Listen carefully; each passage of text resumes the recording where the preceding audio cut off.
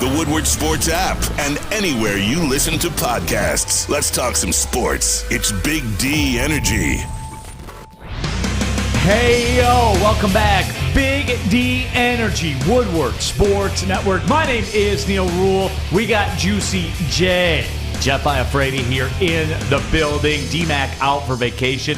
I was on vacation last week. D-Mac's on vacation this week. A lot of synergy there. You guys see how it is before we strap in for all of football season. We got Spence. He's back. The flat tire issue has been handled. People were asking about it in the YouTube chat. Spence, take us through it. How'd it go down? Yeah, it was, so I just woke up, did my normal morning routine, went to go outside to get my car, saw I had a flat, didn't know what to do with it. There's a discount at the end of my street because I don't have a spare in my car. It's just the, never flat stuff.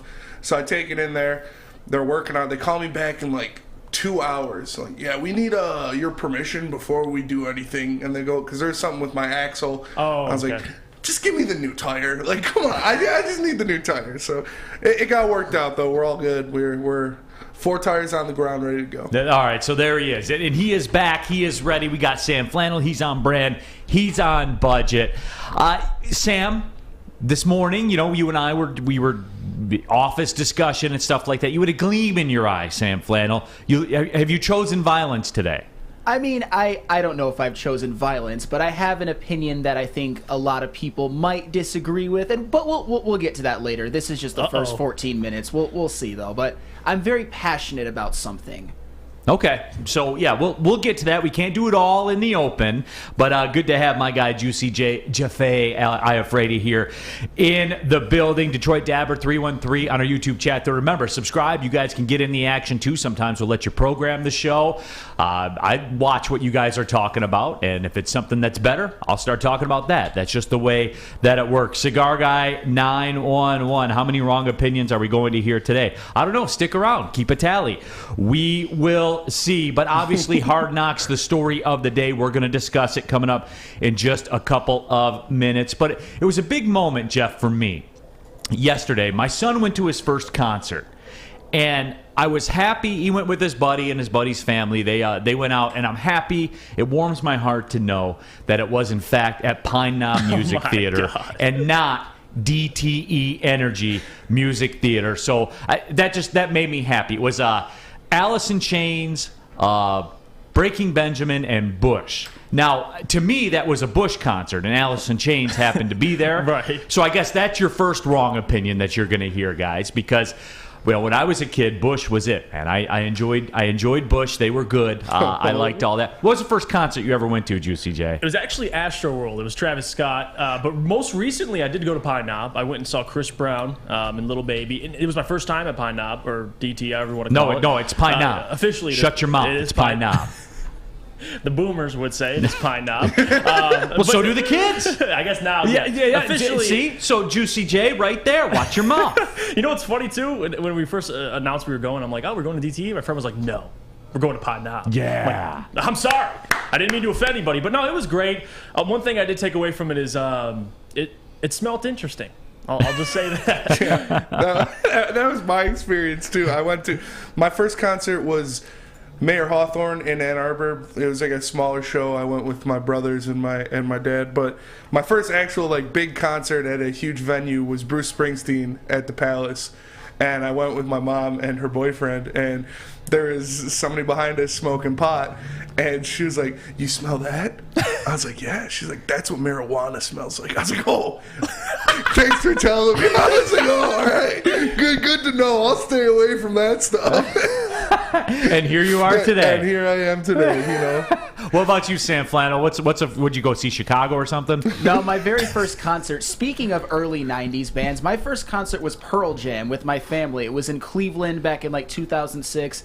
It was a great show. And before I move on from that, Neal, thank you so much for being the typical boomer that I had to deal with when I worked at WCSX before. We did plenty of shows from, promotional shows from, DTE or Pine Knob, and all these boomers would come up and just be like, "It's Pine Knob!" like we had something to do with the name change or something. So to me, it is DTE Music Theater, and it will always be DTE Music Theater just because I'm so it's not, jaded Sam from Flannel. those damn boomers. It's Pine Knob. It's back to Pine Knob. Check the name on the building. I know it is technically back to Pine Knob, but seeing people like No. There is no technically. It is Pine Knob Music I Theater. understand, but why are you guys so damn Go look passionate at the about building. it? The name's on the building. I'm not disagreeing with you on that. I'm saying I don't get the passion for it. Like you There's guys nothing, are tripping no, all there's over your nothing ding-dings just to boomer be like, about "Pine that. Knob." There's nothing old man. There's nothing boomer. It is a factual statement. It is Pine Knob Music Theater. Period. End of story. Like you cannot like it, Sam Flannel, but that's what it is. Right now, I'm going Legend Killer on you. That's what it is, Sam. It's not what we think, Sam. It's what we know. And I'll give you your flowers for this one. It is Pine Knob. That doesn't mean I have to like it, but you are right. It is what you see. It is what you know. It is Pine Knob. I'm not trying to deny reality. I went to the Kendrick Lamar concert at LCA over the weekend, and that was insane. Best concert I've ever been to. It's like I went to a festival with Rolling Loud in Miami a couple years ago, which was sick. There's a ton of crazy performances. Future, Travis Scott, Lil Wayne, Kendrick, Joey Badass. It was literally the best concert. But this one, singular concert, insane. Kendrick and Baby Keem put on a show. That was the best one? Yeah, for sure. Yeah. And Honolulu Blues Party, thank you. Neal is not a boomer. Get your eras correct. Thank you, Honolulu Blues. And you know what, Sam Flannel? We got beef now, brother. Beef? So what, are you Where's technically Gen the X? beef? Yeah. Yeah. Technically, but still. The U.S. News and World Report says that I'm a millennial, by the way. That is true, isn't it? So Yeah. we're technically the same because I'm also a millennial, but there's about a 12, 13-year age gap Ha between ha. us. That's all right. Ha ha. See, I'll ask you this because I remember one of my video guys that worked at Oakland with me. He ended up going to University of Houston and Texas Christian, TCU, and all that. It broke his heart when I sent him the link to that story from U.S. News and World Report, and I said, they classify me as a millennial too. He was visibly shaken. Are you shook now, Sam Flannel? Does that bother you? No, Shooketh. I'm not shook because I already knew that because technically, I mean, I obviously looked that type of stuff up. What is technically a millennial? And I know millennial is kind of like a buzzword, kind of not always used very positively. So it's, I mean, it is what it is. And I shouldn't have called you a boomer, Neal. I shouldn't have like lumped you in with all those, but it's just the Pine Knob sort of like reverence. I don't understand it, and I'm jaded from those promotional shows. I'll admit it. And I did a show yesterday with Maz and Sean Belizean. Those are boomers. Those are know- boomers. Listen, I know a boomer. All right? Neal isn't a boomer. I just had to take a shot at him for the Pine Knob thing. But he's right, though. It is Pine Knob originally, so I can't. I mean, he's right. Well, and that's the thing too, Sam Flannel. Like it was Pine Knob, then it was DTE, and now it's Pine Knob So again. it's Pine Knob. So it's Pine Knob, and yes, it always should have been Pine Knob. If it went back to it, you see what I'm saying? And like, look here in the YouTube chat thread. First off, Joey 2 times in caps. Sam called Neal a boomer. I know. We're getting ready to fight about that. Bradley K. Neal getting labeled a boomer. What a great start to the show. Jake Wagner, though, was always Pine Knob. Andrew Jonah in the back, it's called Pine Knob. And it is, Sam.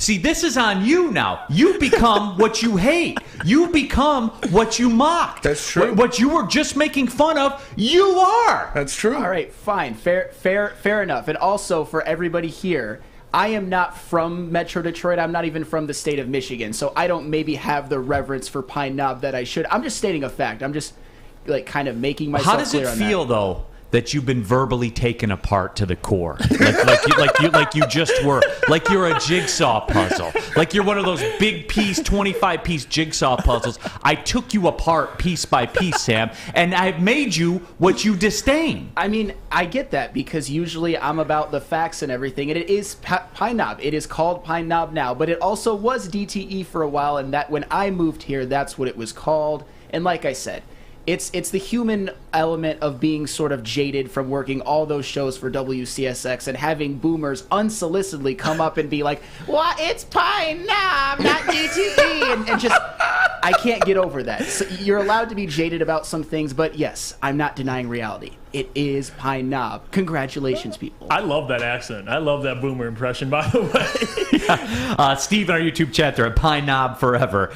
Bradley also says, in marketing terms, they like to use the term Gen Zennial now. Really? So we're on to that now. Yeah, the Gen Zs. Pretty much young millennials and the older Gen Z kids. And Looted Corpse, boomer is a mindset. Murph says, best concert I've been to was Post Malone, Hollywood's Bleeding Tour, such a dope-ass show. And I've seen all the big wigs except for Kanye. And a lot of people are saying no Kendrick slander. Yes. And that's fair. I Who don't is slandering Kendrick? Gentry said he's mid. Are you kidding me? He's the best rapper on planet Earth. Come on, Gentry. Easy That's guy. a fact. That's a fact. Easy Best guy. rapper to ever spit lyrics into a mic, period. Easy I wouldn't go guys. that far, but as far as being his backlog and being in his prime, it's Kendrick right now. He is the best in the game. Shut up, Gentry. Joey 2 times. My first concert was Tim McGraw. Vomit. Thanks, Mom. Tim McGraw. Tim McGraw. Oh man, but no, it's fun though. That was a big moment. He went to his first concert.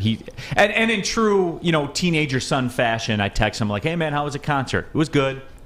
That's a teenage response. Yeah. What'd you eat for dinner? We had pizza." And then that was it. So that was the detailed breakdown of the Alice in Chains Bush Breaking Benjamin's concert last night.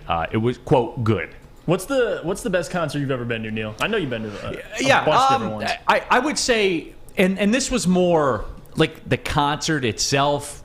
It wasn't like the greatest concert, but the one I got the most out of, I went and saw Aerosmith and Run DMC together. And like I think that qualifies as like that's kind of music royalty, right? Yeah. I mean, when you look, because they kind of birthed like the Jay-Z Linkin Park thing, and they kind of birthed all that, which I thought was pretty cool. And I got the feeling like I was witnessing music history, I guess you could say. Yeah, certainly you did. And got to, they did the Walk This Way together and all that kind of stuff, because I was a real little kid when that came out, so I didn't understand the gravity of the situation. But then that's one of those things that as time went on, you saw it continue, like I said. Because when we were in the golf outing on Monday and I was playing with Braylon, the Jay-Z Linkin Park thing came across Pandora, and you forget how much of a banger that was. Yeah. That was a Underrated bad collab. jam. Yeah, that was a bad jam. But it's one of those things where Ryan Lentz, Jack Harlow is more relevant than Kendrick right Jack now. Harlow is my favorite artist, but that's wrong. Like, I'm sorry, Ryan. I'm looking at the camera. You're wrong. Yeah. And I love Jack Harlow. That's my guy. But He's got a KFC commercial. Yeah. And If anything, though, like the pro Kendrick crowd is going to use that against Jack Harlow. Yeah, right. You see Kendrick what I'm doesn't saying? need to do commercials. Kendrick doesn't do media tours, and he still sells out LCA. Absolutely. I mean, come on. One Funky Lions fan, Neal, was that the Raising Hell tour? I can't remember. I can't remember. I was in my early 20s, so that's what it was. Looted Corpse, Jack Harlow was Little Dicky 2.0. Jack Harlow hasn't even been to LCA yet. Yeah. He Like, can't sell he's out going to LCA. Fox Theater. I mean, Kendrick's selling out LCA. I can't even have this conversation. Brandon says Jimmy Buffett, Lionel Richie at Comerica a couple years ago. I bet that was low key good. Oh, yeah. I bet that was. Trey, Jack Harlow is. All right, guy, we're stopping it right there. Open up a can of worms, Neal. I knew it was going to get to that. But hey, you know what? That's fine. Yeah. So, it's one of those things where it was a big moment as a dad, and it kind of made me think. I was just happy that it was Pine Knob again, because that's what it is, Sam Flannel. How does it feel that you become what you hate? It's fine. I'm sticking to my guns, and this is one of those few cases where I can't factually say that it is Pine Knob. It's just more of a personal preference, and I am jaded. But you know what? Take this one. Take this W, guys. I don't need it. Deaton Sports says Drake is becoming mid. He is. 100%. That's strong. We're an overreaction society now. We are. Look, We are. See, Juicy J, you get it. He dropped one bad album. He's mid. Like, Yeah, he's not mid. yeah. Come on. He's mid. He's turning mid. It's a fact. He's turning Spence. mid. It was like his run of like so far Everything gone, he touched so far was gold. gone, Take Care, Nothing Was the Same. That was a flawless run. Like those three, and even you can even go back to Thank Me Later, but like his recent albums have been mid. Like Certified Lover Boy was mid. This new album, But the mid. bangers were bangers. Yeah, they Yeah. were. I still listen to him. See, and that's what saves you. You know what I'm saying? And Neal, it's also like a detriment to yourself when you set the bar so high that people expect you to hit that bar. And if you don't, time. then you're mid, according yeah. to Spence. I think that's harsh, Spence. Yeah. Do you think it's harsh? In your heart, do you think it's harsh? Yeah, a little bit. But Okay. that's what you expect out of the guy. You expect him fair. to produce, Jordan had all the time. 17-point games too. Exactly. But, Drake's not Jordan. No. No. I guess not, man. Yeah. Well, hey, I guess Drake's not the guardian of the rap game anymore. No, he isn't. But let me tell you about a reliant defense that isn't mid, and that's Guardian Alarm, because it keeps you safe and gives you peace of mind. Whether you're at home or on the road, they're 24/7 local monitoring. Make sure what's important to you is safe. Call 1-800 Stay out. Stay out for peace of mind. I repeat, call 1-800 Stay out, Kendrick right now Sander. None and of let that. them know Woodward Sports sent you. No Kendrick Sander. The Sports Marketing Agency would not be who we are without great community partners like Higuera Health and Carol Zaniga. It's an awesome opportunity to partner with your organization. Higuera Health is a comprehensive behavioral health organization. We serve children through older adults with mental health, substance use, and developmental disabilities across Western Wayne counties, and really excited to now be in downriver communities as well. Give us a call at 734-458-4601. A ton of fun, a ton of sports, and a ton of man-meat. Welcome to the Woodward Heavyweights, live daily 5 to 7 p.m. on Woodward Sports. New to the game or a season better? OddsTrader.com has everything you need to make the right bet ahead of kickoff. Begin your handicapping journey with OddsTrader. Improve your edge by finding the best price on every game from sportsbooks in your backyard. Take advantage of the numerous sign-up bonus offers to pad your bankroll. Dive into key game statistics, player performance, and even account for the projected game day weather. Best of all, you can use the OddsTrader bet tracker to keep a log of your action. Welcome to OddsTrader, and best of luck. Let me tell you about our friends from Big Frog, because you can get a free Woodward Sports t-shirt. That's right, a free Woodward Sports t-shirt all month long at Big Frog and Novi. Just stop in, tell them we sent you, and they will print one out for you on the spot. So go to Big Frog Novi today, get your free t-shirt, or you can visit them online at bigfrog.com/Novi. Off and running, Big D Energy, Woodward Sports Network. Jeff Iafrate in for D-Mac. My name is Neal Ruhl. Sam Flannel. Spencer's back from the tire shop. He's ready to go. He's ready to rock. We are too. Of course, we got to get in to the Hard Knocks last night, but let's clean up a couple things on the YouTube chat thread first. One funky Lions fan. Every time Sam speaks, someone just needs to just reply, "Okay, Boomer." He is what he disdains. He's exactly what he was making fun of, and that's funny to me. 9 Drink said, I saw Faith Hill open for Alan Jackson before anyone knew her in a white dress. Drop dead gorgeous. Faith Hill. Yes, sir. Mm-hmm. Absolutely. I saw at the big show in the Joe, Janae Aiko, tits out, nips out, like full frontal. It was awesome. It was the second That's the look. show That's got. the look right there. So Yeah. she was good. She went for like a solid 30 seconds, just full frontal, and then Big Sean came up and hugged her from behind to cover it up. But it was a great time. One last one here. Jake Wegener. People who call it DTE think Ben Wallace isn't a Hall of Famer. But that look you just saw on Spencer Raxter's face was the look I'm sure he had last night watching Hard Knocks. We saw Malcolm Rodrigo, as it were, become a mainstay, a big fixture in it. And we have to start right there. Just because Spence has the jersey on, because he is a friend of the network, because he does come on, and we have talked to him before. But Malcolm Rodriguez, and it's timely, because yesterday Stick was in with me, and we brought up the fact where I thought that there's a possibility Malcolm Rodriguez could be this year's Amon-Ra St.Brown. And what I saw last night, I think starts to confirm it. And look, I understand, and we brought this up yesterday too, guys. It's a TV show. Remember that. This is built for entertainment. Mm-hmm. This is built for a non-Lions fan. This isn't catered to a Lions fan. This is catered to a football fan. And it's entertainment-based.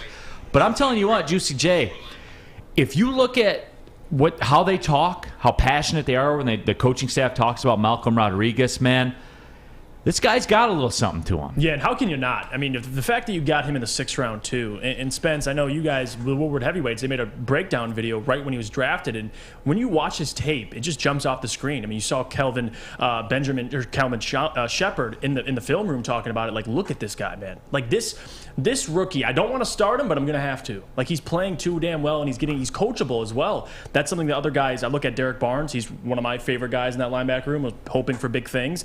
Malcolm Rodriguez, as a rookie, is outplaying those guys. He's undersized, but he makes up for it with his mindset and his physicality.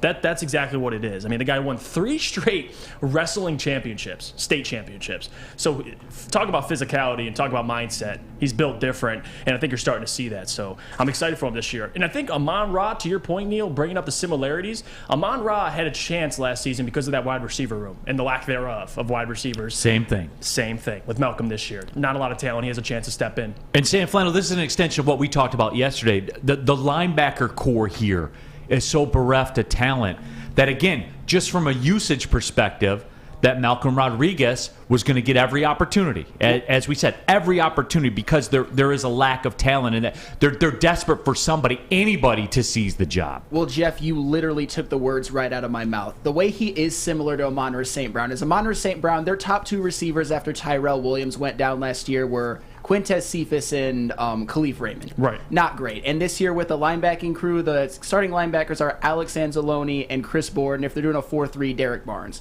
The opportunity is there for Malcolm Rodriguez to step up and maybe by the end of the season be in the starting rotation. And I wouldn't put it past him because that's how little I think of the starting linebackers right now. And I like what I've seen. I like that he's obviously, I don't want to use this negatively, but a try-hard. He obviously is undersized, but I think that maybe made him fall a little bit farther than he should have. The dude has talent. Like Spencer said, when you watch his film, he's not that dissimilar from a Nakobe Dean, maybe a slightly poorer version, but that's a 6th round. That could be a steal like Amon-Ra St.Brown was last year in the 4th round. And look, we have to know. The people want to know. I think our audience demands it. We have to go to Spencer on this one. He's got the jersey on. On a scale of 1 to 10, how much were the britches altered last night? With the Malcolm Rodriguez segment. How much on a scale of 1 to 10? 35. We were full mast. It was like D-Mac said. I'm just happy for my guy. Like I said, me and Easy did the breakdown literally the day after he got drafted. We talked about what he does good and what he can bring to this team. We talked about him being very similar to Nakobe Dean. We had him on Heavyweights. We interviewed him. He's a great guy. Like small town kid, always been about just hustling, working, playing hard, doing the right things. Multiple time state champion wrestler, Big 12 defensive player of the year. Like, the guy is literally built for this. He's built for this moment. You had heard Calvin Shepard I don't want to have to start a rookie, but I will because he's playing better than all of you. So I'm just happy that the guy's getting some shine.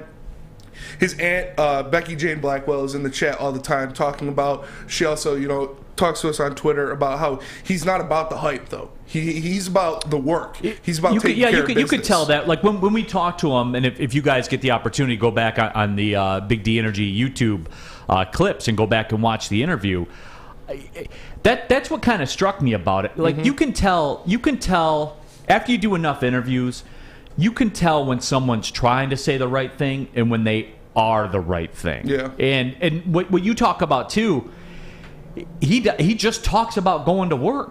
Like that literally is it. There's not a secondary agenda.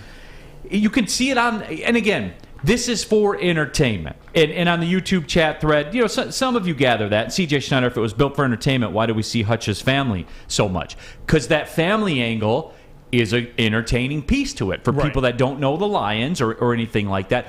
But Spence, going back to it, you can see that when you talk to him, where, and I hope it stays like that, right? And where he's about the work. He's built for this city, man. He is built for this city. And look, do do they take that, grit thing in Detroit and the blue collar, do they take it a little far? Yeah, but that's like a selling point of it and things like that. And that's, I'm cool with that because that kind of gets that narrative out there because that is how it is here. I mean, I know both my parents were factory workers. I do embrace that when they talk. They overdo it sometimes, but I embrace that, man. I mean, because that's what it is. And some people don't know about that. And there was a time, so my mom worked midnights and my dad worked days. And my dad left for work at like 6:50 a.m. and my mom got home at 7:05. So I was like 7 years old with my 3-year-old sister. She was sleeping or whatever, but I was up like getting ready to go to school where like I was there. That was the gap, because they were leaving for one factory job, going to another factory job. Like that's the way that it was. And you just go to work every single day. So I like that they're pushing that a lot. It's overdone sometimes, but it's relevant. But getting back to it, there is that mentality to him, man. There is. He's punching in every day. He is. He punches in.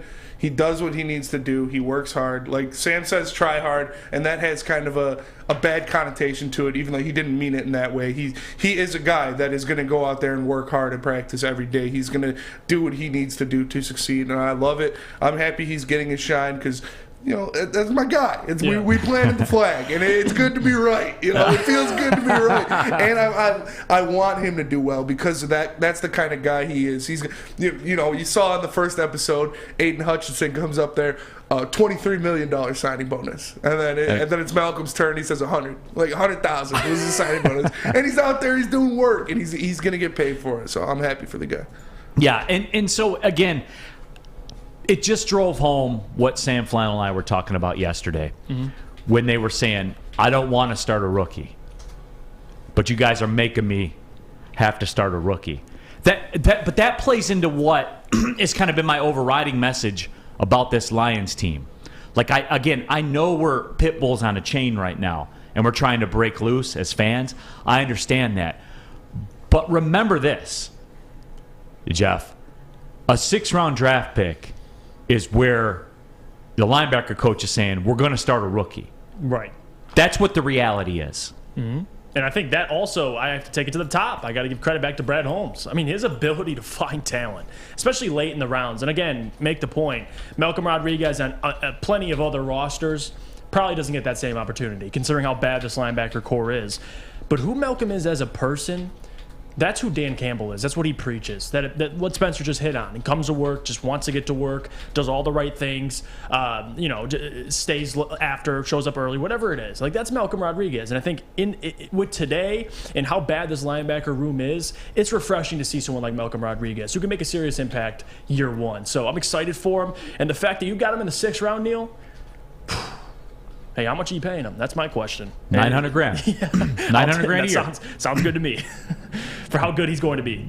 Yeah, so that's what it goes back to for me is just that when you look at it, there are Amon-Ra St.Brown qualities to it, and it looks like that's going to be the case.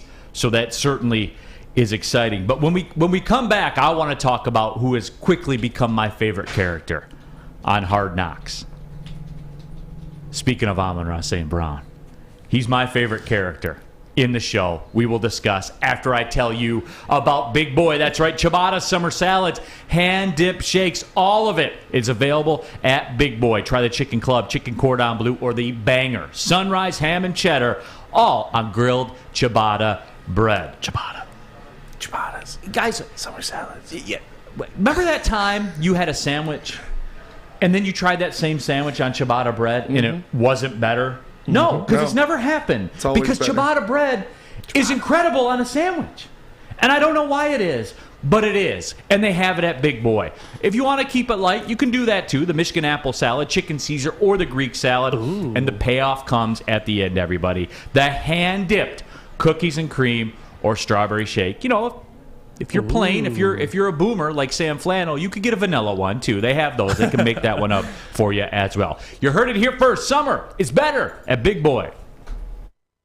Fellas, let's be honest. We like things to be easy. We like simple stuff, like sports 7 days a week. We like things uncomplicated, like Lady Jane's Haircuts for Men. Open 10 to 8, 7 days a week. Walk in anytime. Sign in, sit down, watch your favorite team play. And before you know it, your hair will be game ready. Open 10 to 8, 7 days a week. Walk in anytime. Lady Jane's Haircuts for Men. It's wicked awesome.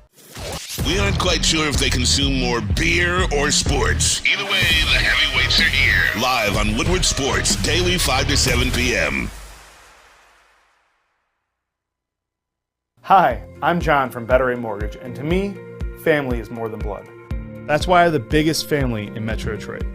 If you're looking to buy a house or refinance and need a loan, come get treated better than family by me and our entire team here at Better Rate Mortgage. We pride ourselves on giving you better advice, better service, and a better loan experience. That's why we are Better Rate. If you're looking for a new mortgage, come get treated like family. Actually, better with Better Rate Mortgage. Visit us at mybetterrate.com or call at 248-480-4467 today.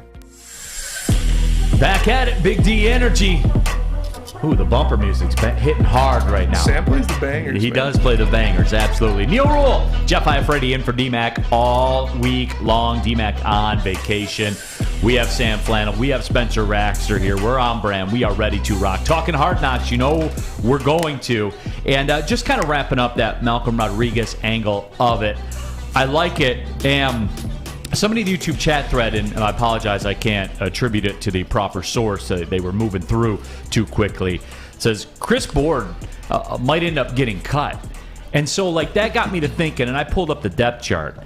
And with all due respect to Sean Dion Hamilton, you know, I was looking at the depth chart, and I'm like, man, like, I had kind of forgotten about it. And I know he's an Alabama guy. Yeah. You know, like, I had forgotten that he was on the depth chart. But, you know, like, you look at it, and again, you just go back to it. This linebacker spot, man, it's there for the taking. So if you can play, and there's not a ton of money wrapped up in it, and just remember, guys, 2024, $92 million in cap space with your quarterback signed. You can see the process. That's why I get excited. You can see what's going on. You can see what the goal is. You can see what they're building to. That's what gets me excited. But, you know, the Amon-Ra St.Brown feature last night, and it was cool, Juicy J, to see, you know, he has the chip on his shoulder and catches 202 balls every single day off the jugs machine and all that kind of stuff. But let me tell you what. My favorite character in this entire production made his debut yesterday. Amon-Ra St.Brown's dad, former two-time Mr. Universe. Yeah. And he let you know, too. Champ. He did. He let you know. And I think that was probably, I would probably agree with you. He's probably my favorite character of episode 2 of the whole series. Hopefully he's featured more. But how can you not? Like, seeing John Brown, you understand where Amon-Ra gets his work ethic from. The guy's Mr. Two-time Mr. Universe. And another thing, too, I can kind of relate to this in a way. My dad isn't a two-time Mr. Universe. But that gym rat, working out, like having that mindset. When I watch John Brown, I see so much of my own dad, because those type of guys, they're built different. When you go to the gym every day and you're trying to, it's work ethic, and that's something that's been instilled in Amon-Ra. He's been working out since he was in middle school. I can't even, in middle school, I think I was chilling. I was not working out, I'll tell you that much. And the fact that he has that chip on his shoulder, you mentioned it, catches 202 balls every single before and after practice. He has that mentality. He wants to outwork everybody, and I guess he gets it from his dad. So it was awesome to see John Brown, and just seeing it, man, it makes sense. That's where Amon-Ra gets that work ethic. It's where he gets a chip on his shoulder. And for me, Jeff, you and I were talking.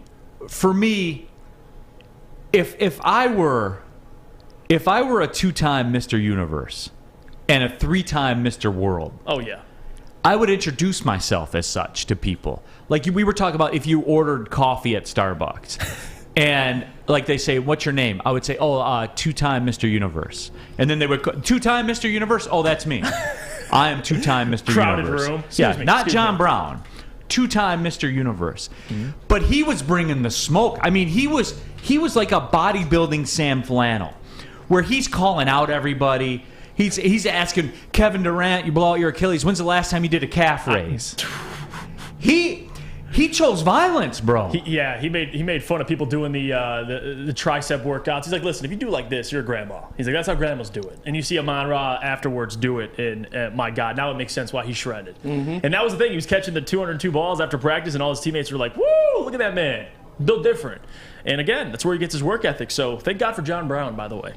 He's the man. He was so entertaining, man. He was. He needs to be on more. I need more of John Brown. Like Two-time Mr. Universe. I want like a separate show. I want like a separate John Brown show. Keeping Up with the Browns. Yeah, whatever you got to do to get this man on television. Yeah. Because I have a lot of respect for people that are going to come out there and just keep it real, like John Brown kept it real. In Big Play Jay, this is the funniest part. I completely forgot to mention it. His dad is definitely old school. Said, "Who drinks water? We drink spit." That's Yeah, you drinking water now? What happened to drinking spit? Oh, you can't drink spit no more? I was like, whoa. No, he's different. He's incredible. Yeah. I want John Spence. Can we get John Brown on the show? Please. Yeah. I'll try to reach Please. out. I'll reach out. We need John Brown. And I don't even want to talk about the football. I want to talk about life with John Brown. Yeah. Have some whiskey with John Brown. Just sit and chill. Well, I'm sure he doesn't like do. He just drinks spit. Like that's it. But I want to know.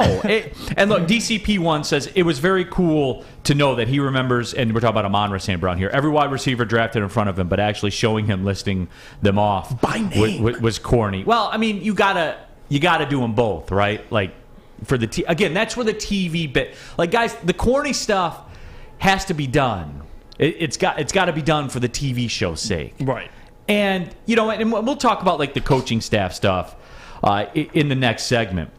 But I mean, do they have? And my answer on it. But I guess we'll ask the general question to the people: Ethan Brown, John Brown versus Waterboy. Who you get? It's John Brown all day. 2-time Mr. Universe. Mm-hmm. Champ. What happened to drinking spit? Yeah. You got soft on us. You're drinking water. Got soft on us. Oh my God, dude. I do. I love it. But no, I want a show. I want a John Brown show. I think that we need that. And it's just for me, though, you go back to it with Amon-Ra St.Brown. It was like we had the run of show for this Hard Knocks here at Woodward Sports because it's two of the things that I've been talking about where, and look, I have to give the disclaimer, Sam Flannel. When I talk about Amon-Ra St.Brown, I have to give this disclaimer. Just remember, his entire rookie contract costs less than Kenny Golladay will make in September of this year. I just want to remind you guys that that's how winning is done in today's NFL. That's exactly how winning is done. And you remember people were upset when they let Kenny Golladay go. Mm-hmm. Not me, man. Not at 18 per. Everything changes. The money dictates everything. But anyway, we move on. What do you expect? Real talk. Mm-hmm. Like Amon-Ra St.Brown. I'll go around the room because I want to know and I value your guys' opinion. But Juicy J, what do you expect from Amon-Ra St.Brown? Because now, if you see him ball out this year, then it's on. Like it's on. Like I'm talking like borderline star, like top 15 wide receiver in the league. Like it is on if he balls out this year. Real talk, what do you expect? I expect big things. I think last year, him playing well, and we talk about it was kind of the circumstances he was in. Obviously, the wide receiver room was worse, so he had a bigger role. This year, he's still going to have a big role. You're not going to see Jameson for probably halfway through the season. For me, he already has that rapport with Jared Goff. He trusts him. And for Jared, he's not a guy who's always going to air it out downfield. Amon-Ra is going to be there in the intermediate to short passing game, and that's his bread and butter. And I think Amon-Ra is going to benefit off of that in the play action. He's just reliable. The guy didn't have a drop last year. So this year, I think he's going to have a big year, but it's hard to measure yards because of G.J. Chark. You don't know what Josh Reynolds is going to do now with a full season. Quintez, you have a lot of guys you want to see more of. TJ is going to be playing hopefully the entire season. But Neal, he's going to have a big season. But last year, if I had to put a number on it, I think he'll pass 1,000. That's my opinion. I still think I think he's going to lead this team in receiving yards. I still do. Doug Fungus says the Rams would disagree about your money theory. Doug, we've talked about this in the past too. Remember, the Rams never have first-round picks, so they never pay fifth-year options. That's true. So they're saving $15-ish million every single year that they haven't had a first-round pick. and they're able to cherry pick at the end. So they turn that $15 million into 3 Von Millers or 3 Ndamukong Suhs or 3 veterans that are looking to make a move to go to a team. They get 3 of those dudes instead of the 5th-year option. So they master it better than anybody. Right. Because they don't, not only do they use their 4th-round picks like the Cooper Kupps and all that kind of stuff, they don't pay a 5th-year option to a 1st-round pick.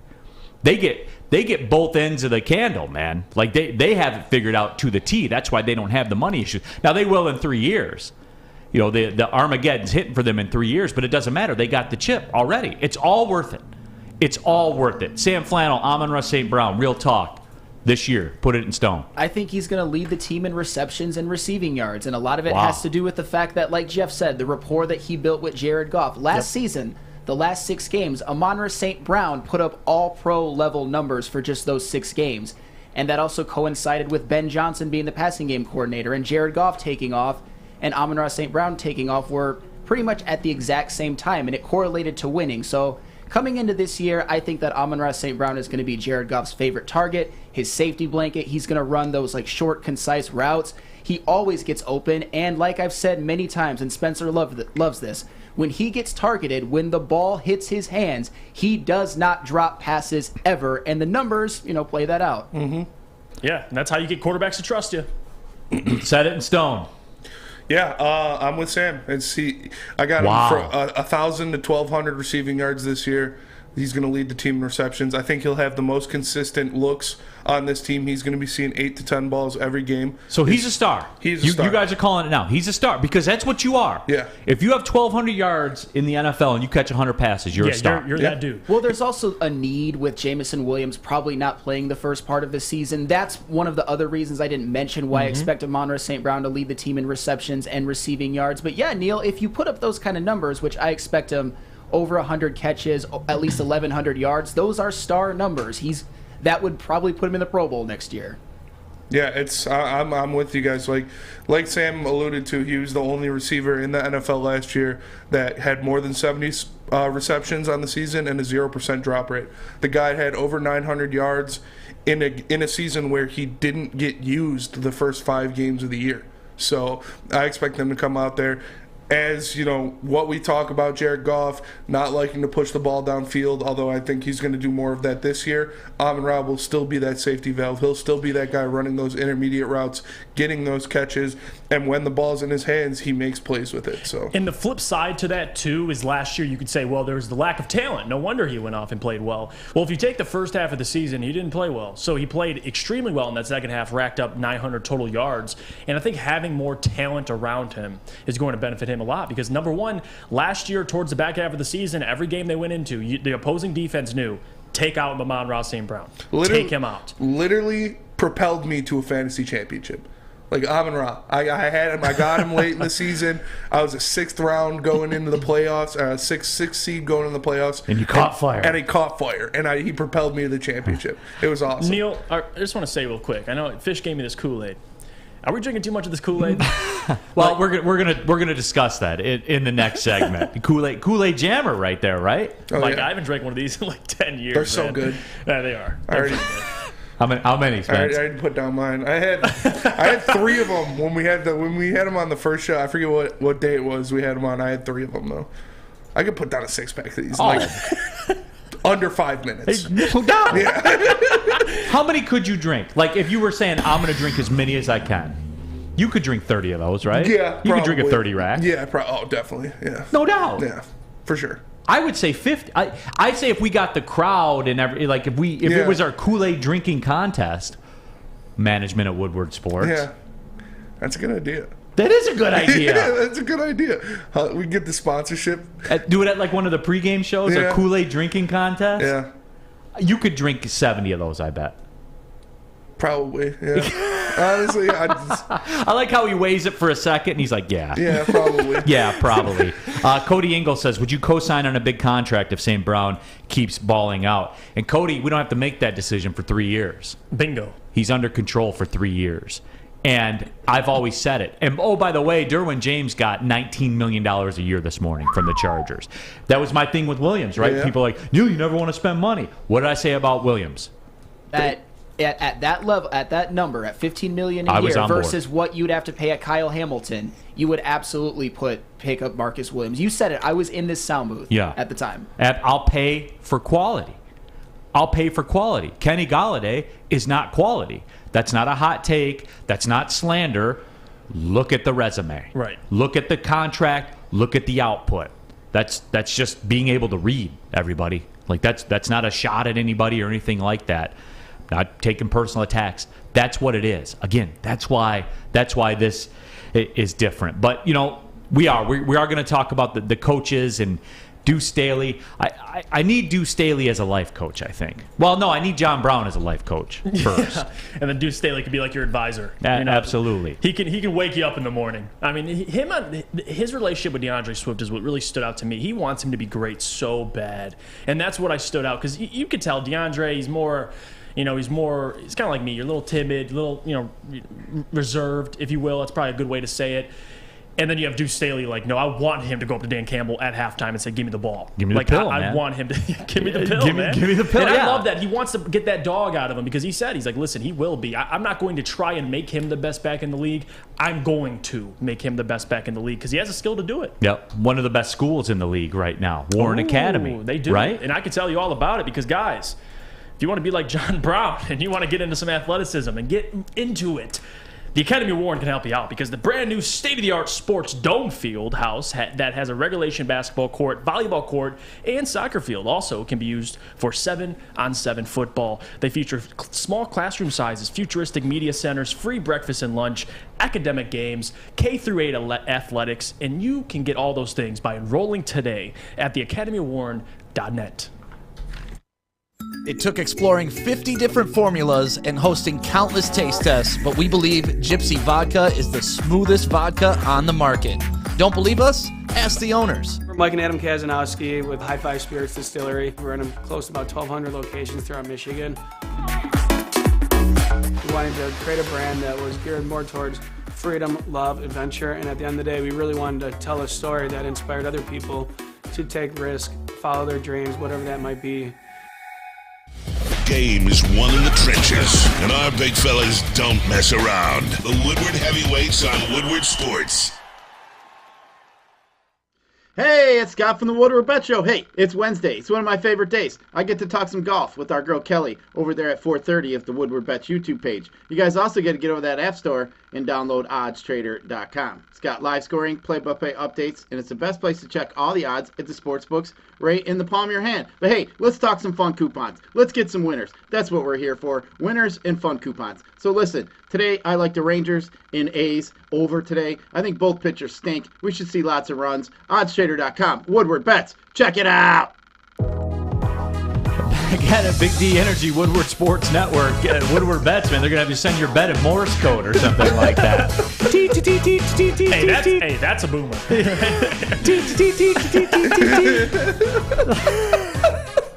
The Morse code is a boomer. Morse code, it's a boomer. Yeah, I think we're all in universal agreement about that. Back at it here, Big D Energy, Woodward Sports Network, Neal, Ruhl, Jeff Iafrate in for D-Max, Sam Flannel, Spencer Raxter. As well, we're talking, obviously, it's going to carry a lot of the day here on a Wednesday, but we are talking about Hard Knocks and what went on last night. And by the way, shout out to Maddie Miller here at Woodward Sports. She will be assuming the Detroit Lions beat. Speaking of the Lions and speaking of Hard Knocks and everything like that. So Maddie will be out there, practice, getting it done for us. Getting that great Lions content. Absolutely. Yeah, absolutely. So she'll be checking in with the shows and everything, and Yeah, good for her. Happy for her. She's gonna kill it. Absolutely, she will. And worked with Maddie for a long time. I sideline reporter for Oakland basketball on television sometimes. So yeah, happy for her, and we'll see it. Lewis M. John Brown. Is that Cintron in the back? Cintron's for punks. Drink some spit. Yeah. Maybe Cintron should come out with a spit flavor. Spit flavor? Yeah. Hey. John Brown endorsed. John Brown. Two-time Mr. Universe here for Cintron. When you can drink spit. And Cintron has your spit-flavored energy drink. Yeah. So, not for soft people, by the way. Not for soft people. No, absolutely not. I did, and John Salas says my heart broke for Blau on Hard Knocks. And We'll discuss. That was a critical blow, though. Yeah. For him. Get you a girl that looks at you like his wife looks at him. Yeah. She is madly in love with that guy. You can tell. They're both madly every time they look.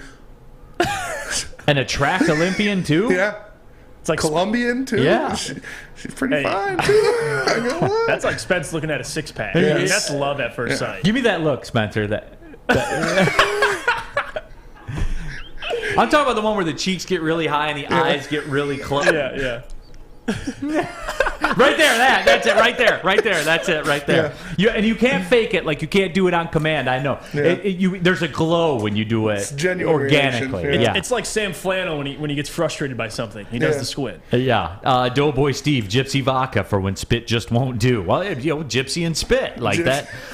Yeah, a couple ice cubes and stuff like that. So yeah. Yeah, but that's it. And I did want to talk about this with the coaching staff, right? And everyone loves Duce Staley. Right. And everybody loves Aaron Glenn. And everybody loves Dan Campbell. But we do have to ask the question. And I think this is fair. They still do have to win. Mm-hmm. And look, I'm the purveyor of there's still a season to go, because I can't look at you in this camera and say they have to win this year.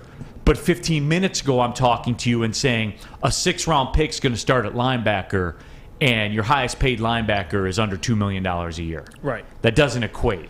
You know what I'm saying? That can't, especially with how pivotal. People talk about the secondary and a pass rush and things like that.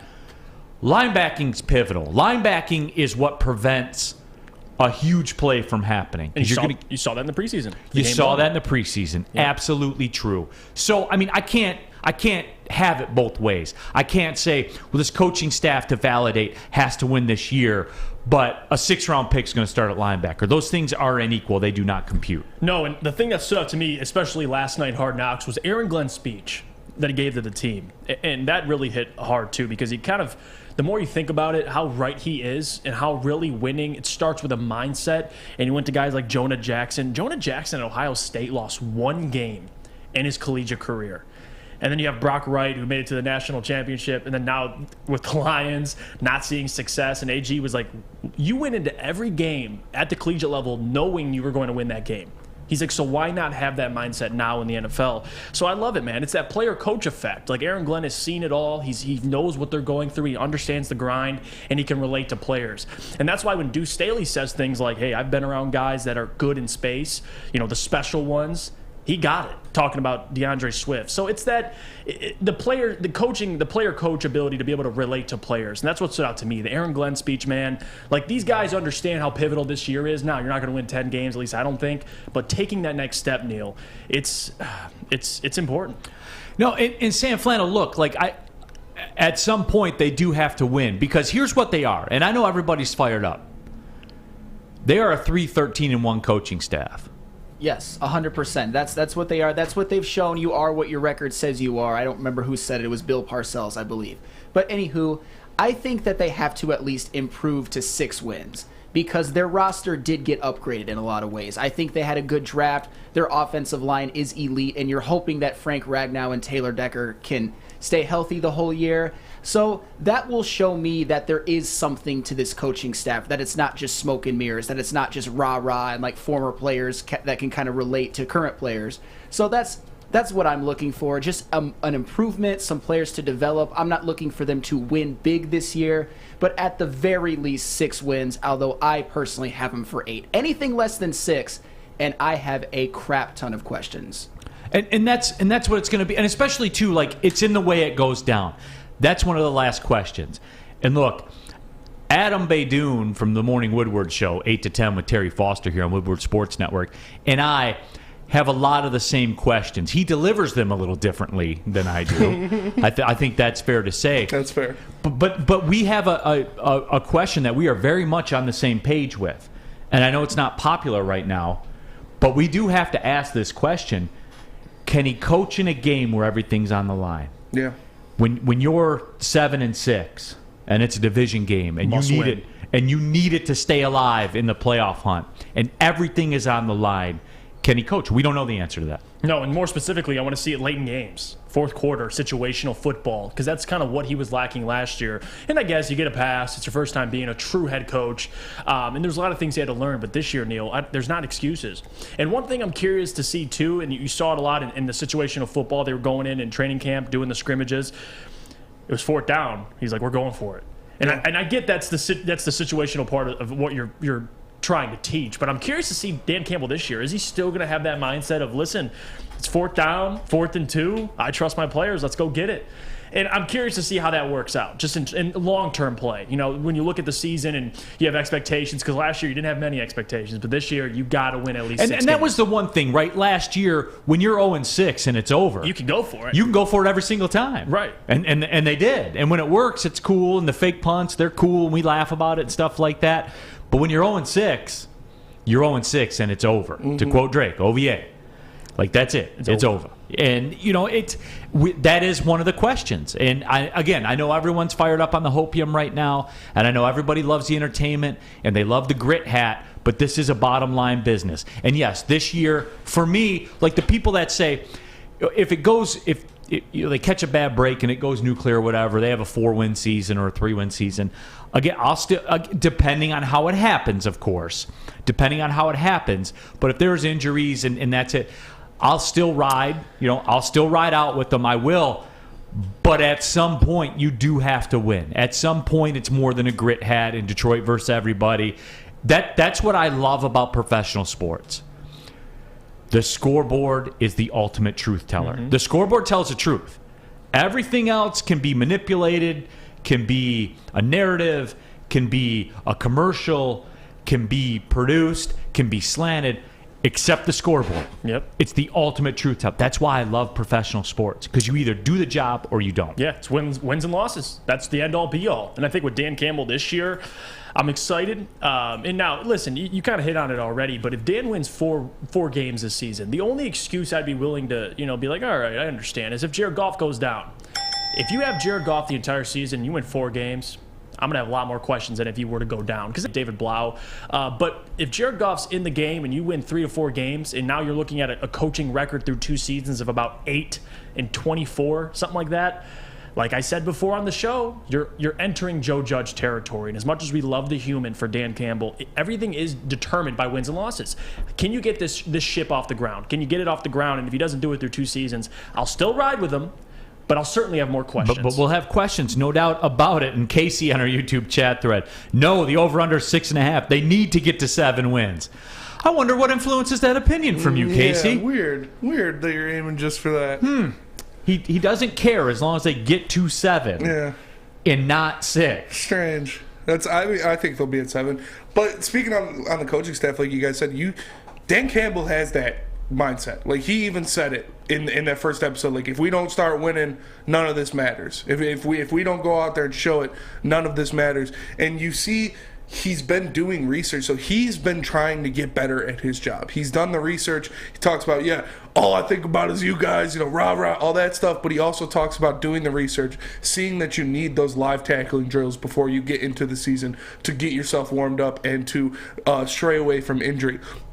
Doing different things like that. Obviously, he's not going to be going for every 4th down this year like he did last year, because last year's season was kind of done for. Like you said, after the 0-6, it was kind of out of the window. So he's just showing, let's see what you do in these situations. So when we need it, when a game's on the line, if it's 4th and 2 from our, the other team's 35, that's a reasonable area to go at it. Right. Not 4th and 7 from your own 25, So I'm excited to see those situational changes as well. Doughboy Steve says, if they don't win games, I want them to at least terrorize the opposing team, just beat the ish out of them. Murph says, it sounds like Dan Campbell will keep being aggressive, said it last night. We'll go for it if we have to. And again, I'm cool with that. Again, I'm a big fan of the analytics, and people punt way too much in the NFL. They punt way too much. That was kind of a slight at Jim Caldwell at times. Like, there was times where you wanted him to go for it and he wouldn't. So, To Dan's point, that's being a former player. That's what that is. And that's why, for me, it comes down to how does it happen. If it happens like that, where he's going for it in reasonable situations, like you said, and the players don't execute, that's not on Dan Campbell. That's on the players not getting the job done. Right. But if he, if we're happy action fun timing it and fake punting on 4th and 8 from the own 25-yard line, like then obviously that's a clown show. Yeah. And that can't happen either. That's why I reserve the right to say I will keep track of how it happens. And I reserve the right to tell you that we are live from the Planet Fitness studios. And Planet Fitness is home of the judgment-free zone. You can work out in a non-intimidating, judgment-free atmosphere. Membership starts at just $10 per month. Black card option out there as well, $24.99 per month. Yes, less than $1 per day. Get you use of all the amenities, the unlimited tanning, the hydro massage, the massage chairs, the total body enhancement. You get access to over 2,000 Planet Fitnesses around the world with unlimited guest privileges. If you want to go work out with John Brown and you're a Black Card member at Planet Fitness, tell John Brown, hey, meet me at the Planet Fitness. Let's go get it in. And, we won't drink water. We'll drink spit. But again, Planet Fitness, home of the judgment-free zone. It's Planet Fitness, where your fitness is essential. At work and at home, we're there with smarter security solutions. Featuring complete automation with customized alerts and more. For over 90 years, we've been the company that's been counted on to protect what matters most, all with personalized service and care. Right now, for a limited time, receive a free video device plus free installation with a new home system. Guardian Alarm. We protect Michigan. A ton of fun, a ton of sports, and a ton of man meat. Welcome to the Woodward Heavyweights, live daily 5 to 7 p.m. on Woodward Sports. When you need apparel, there's only one place to go. Big Frog in Novi. With no setup fees, no artwork fees, no minimum, and a 24-hour turnaround, you can have your whole team outfitted in no time. Embroidery, direct-to-garment, vinyl, and screen printing, Big Frog has it all in all the styles you want. So whether it's a sports team, fundraiser, school event, or corporate needs, Big Frog is your one-stop destination. Visit bigfrog.com/Novi or call 844-4-BIG-FROG. Let me tell you about our friends at Alta, because at Alta, uptime matters. Alta Equipment has everything you need to get the job done. Have a big project coming up, Alta Rent has you covered. Call them today, 844-GO-TO-ALTA. That's 844-GO-TO-ALTA today. Pulling up on the second hour of the show, Big D Energy, Woodward Sports Network, Neal Ruhl, Jeff Iafrate in for D-Mac, who's on vacation. We got Sam Flannel, Spencer Raxter. It's on and popping, no question about it. Get involved in the YouTube chat thread. Subscribe to Woodward Sports, and you can jump in there, get your thoughts in, and we'll read those as we go along, like this one from Rack. And I did want to touch on this. That bit with Dan Campbell talking about Hawk shorts had me rolling.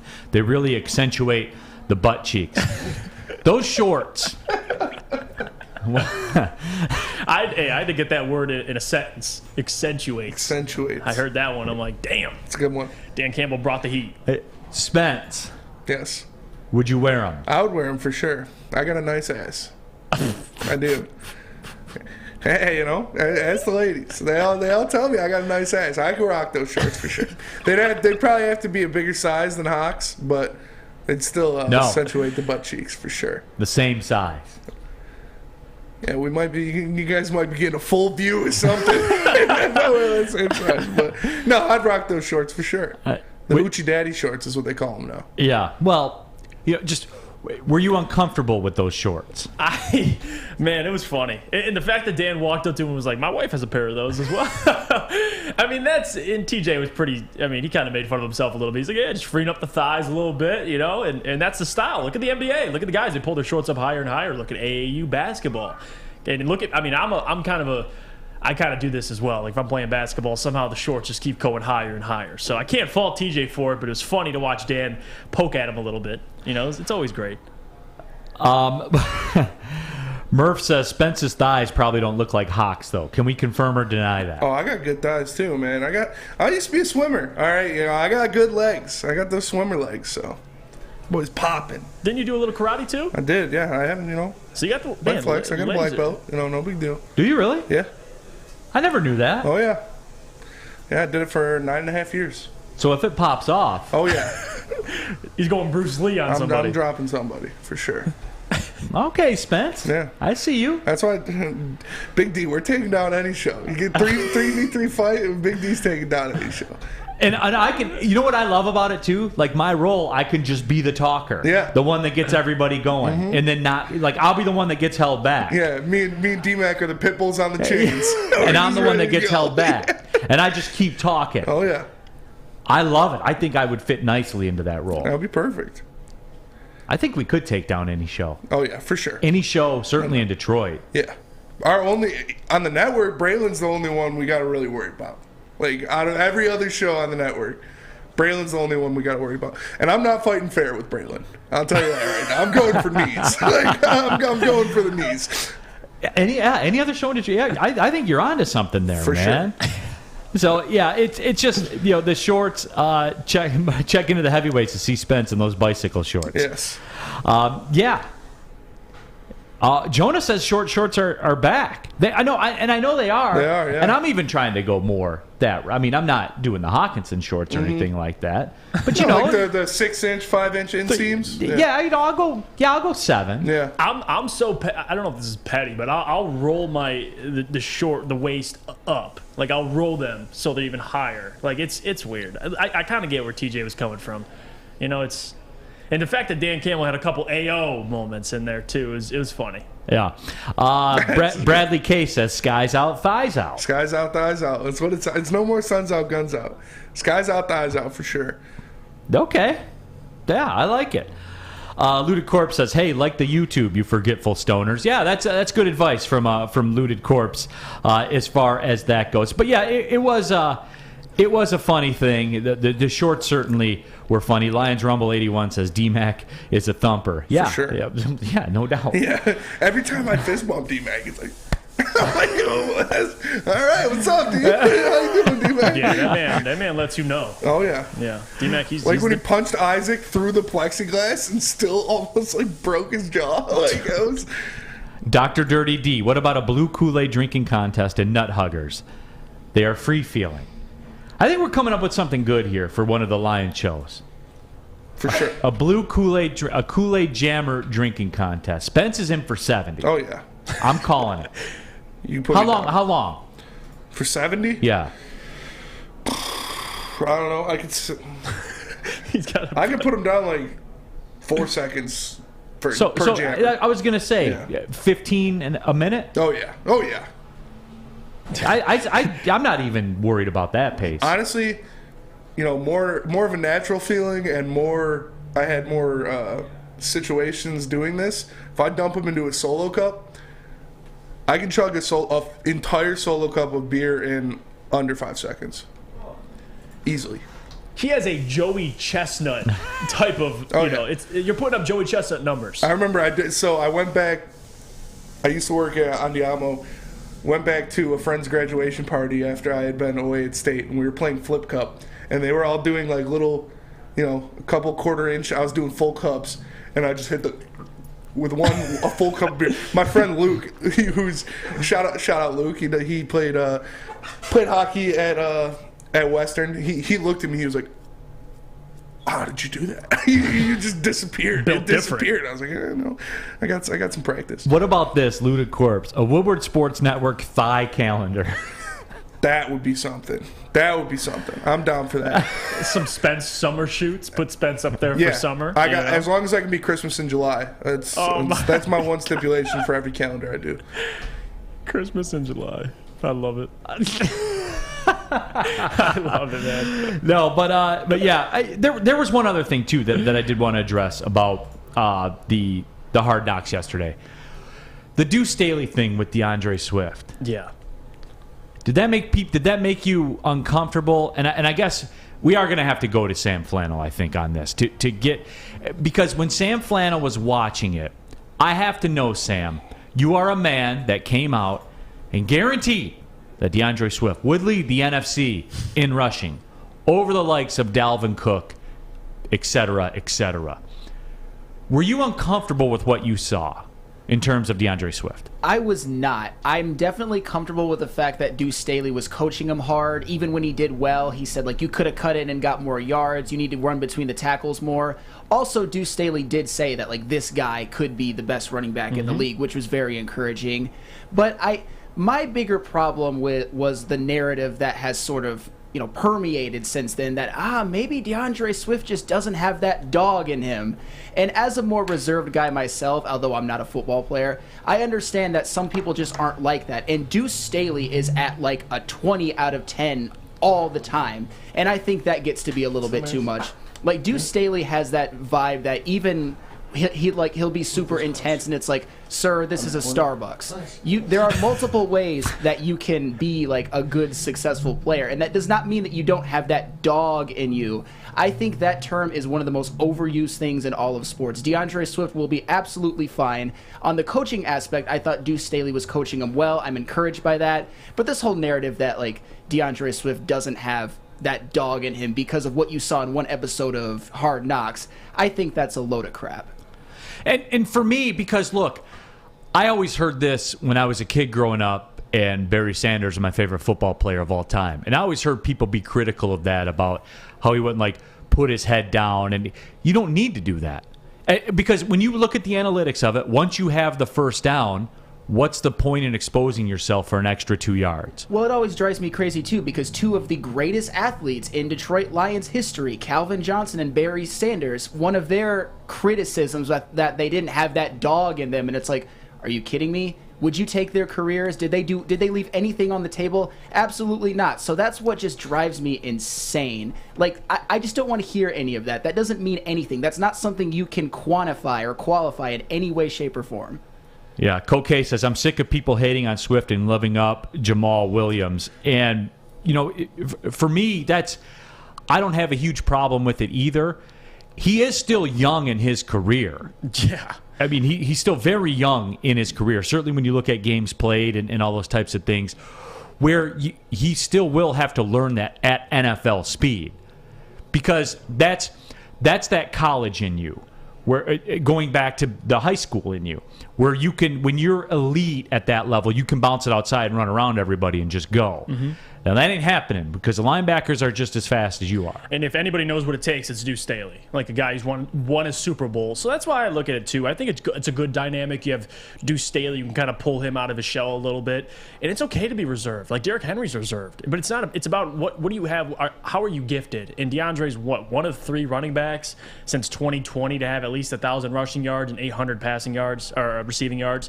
So it's like, the guy's got talent. So Duce Staley saying that, he knows more football than me. So if Duce Staley's saying he could be the best back in the league, I truthfully think that. It's up to DeAndre, though. It's up to his mindset. People Pleaser says, tell Steve McNair 2 yards don't matter. Again, going back to the comment, once you have the first down, and obviously if it's a situation where you're trying to get into the end zone to win the Super Bowl, that's different. I'm saying, why expose yourself? Certainly in a position 2 at running back. I never got that criticism of Barry Sanders. I never understood it, because why would you not just step out of bounds after you have the first down? Yeah. Like when the situation presents itself. Yeah, and I said it yesterday, like with Swift, like talking to the guy, being around the guy, hearing him talk, that's just who he is. He's just a mild-mannered kind of guy. It's not that he doesn't have the fight to be great. He doesn't have it's nothing like that. He's just a nice, mild-mannered guy, and I think it's a little blown out of proportion because him and Duce Staley are like polar opposites in terms of character. Like, Duce Staley is that animated, in-your-face guy, and that's just not who DeAndre Swift is. So I still love Swift. I think he's going to have a great year, and I don't think that's too much of a factor at all. I'll tell you what is a factor for your summer plans. The mulligan made with Gypsy Vodka. That certainly is a factor. It's the official drink of summer. If you're out on the golf course, if you're kicking it in the backyard, the mulligan is calling your name. Ask for the mulligan at your local golf course or pull up on a Total Wine near you over Sterling Heights. Slide on through there. Scoop up some mulligans for you. And hey, it's 8%, everybody. Okay? It's not a game. Take it serious. Trust me. I learned the hard way the first time. Mm-hmm. They tasted really good. I didn't know what was going on. And then I didn't know what was going on. You know what I'm saying? Like, just Hey, just remember, they're 8%. So plan accordingly. They do taste great, especially out on the golf course, especially here in the summer. Get those 80-degree days in, everybody, because you're feeling it, that little chill at night now. Mm-hmm. You're starting to feel it a little bit. But remember, there's still some time left in summer. The Mulligan is calling your name. Made locally in Petoskey. That's right. It is the folks at Gypsy Vodka. Ask for it by name. And as always, drink responsibly. Life is full of hard choices. We're here to make one of life's biggest decisions as simple as possible. My name is Christina Gennari, and for over 20 years, I've helped hundreds of families buy and sell homes. We cover all of Metro Detroit and more, from large luxury homes to starter homes. We will work hard to make sure that you get the home of your dreams. So if you're in the market today or even thinking about buying or selling in the future, make the obvious choice. Christina Gennari, the obvious choice in real estate. Visit us at soldchristina.com today. We aren't quite sure if they consume more beer or sports. Either way, the heavyweights are here. Live on Woodward Sports, daily 5 to 7 p.m. Ciabattas, summer salads, and dip shakes. All at Big Boy. Try a chicken club, chicken cordon bleu, or sunrise ham and cheddar. All on our grilled ciabatta bread. Or keep it light with our Michigan apple, chicken Caesar, or Greek salad. And don't forget to cool off with a frosty hand-dipped cookies and cream or strawberry shake. You heard it here first. Summer just got better.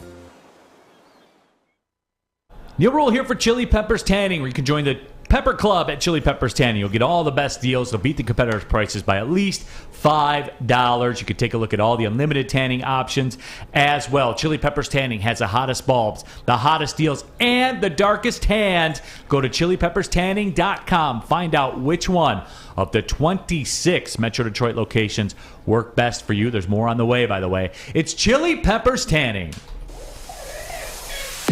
Running through the show here, Big D Energy, Woodward Sports Network, Neal Ruhl, Juicy J, Jeff Iafrate, Jeff A, as it were, Sam Flannel, Spencer Raxter as well. Stubby, 1085 with Barry Style. It's a wonder he never tore every ACL in both knees. Well, the cat was leg pressing 2,000 pounds. John Brown numbers. He did his calf raises. Yeah, I mean, dude was lifting 2,000 pounds with his legs, man. If there was you didn't have to worry about Achilles or anything like that with him. He was it, man. But yeah, you know, and look, we've been talking a lot about the Hard Knocks thing. I did want to step away because there are other narratives going on around the NFL. The preseason's underway. The preseason's kicking. And I got a question for everybody. And this one kind of popped in my head as I was flipping through Twitter the other day. Because I think you guys know, if you haven't before, you're going to learn today. Who in the NFL have you had enough of? Like one singular person. And I'm curious to see it in the YouTube chat thread. Who anywhere across the NFL? Who have you had enough of? Because I'll tell you who I've had enough of. This Aaron Rodgers thing with the Nick Cage, and CBS Sports sent out a tweet that said, find someone who looks at you the way Aaron Rodgers looks at Nick Cage. He has a Nicolas Cage head, I guess, in his locker. Of course, he showed up to training camp, dressed as Nicolas Cage from Con Air and everything like that. Enough with Aaron Rodgers. Once again, enough. Last year it was enough. This year it's enough. I have had enough of Aaron Rodgers in the NFL. That's my answer. The Nicolas Cage thing. You know what, Aaron Rodgers? How about you win a big playoff game at home? How about instead of dressing up like you're on the set of Con Air or having Nicolas Cage's head in your locker, how about you win a big playoff game at home? How about when a legacy win is up for grabs, how about you do this weird thing where you step up and actually win the game? How about that? So I have to hear about, he's so great, he just hasn't been able to get it done or anything. No, those things are mutually exclusive. Either you get it done or you don't. You got a Super Bowl. That's cool. Mm-hmm.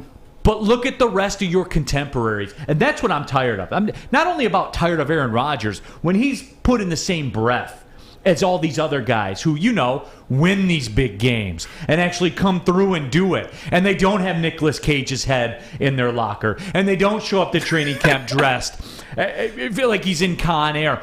I've had enough of Aaron Rodgers. That's the NFL player that I'm sick of. And hey, are they probably going to win the division this year?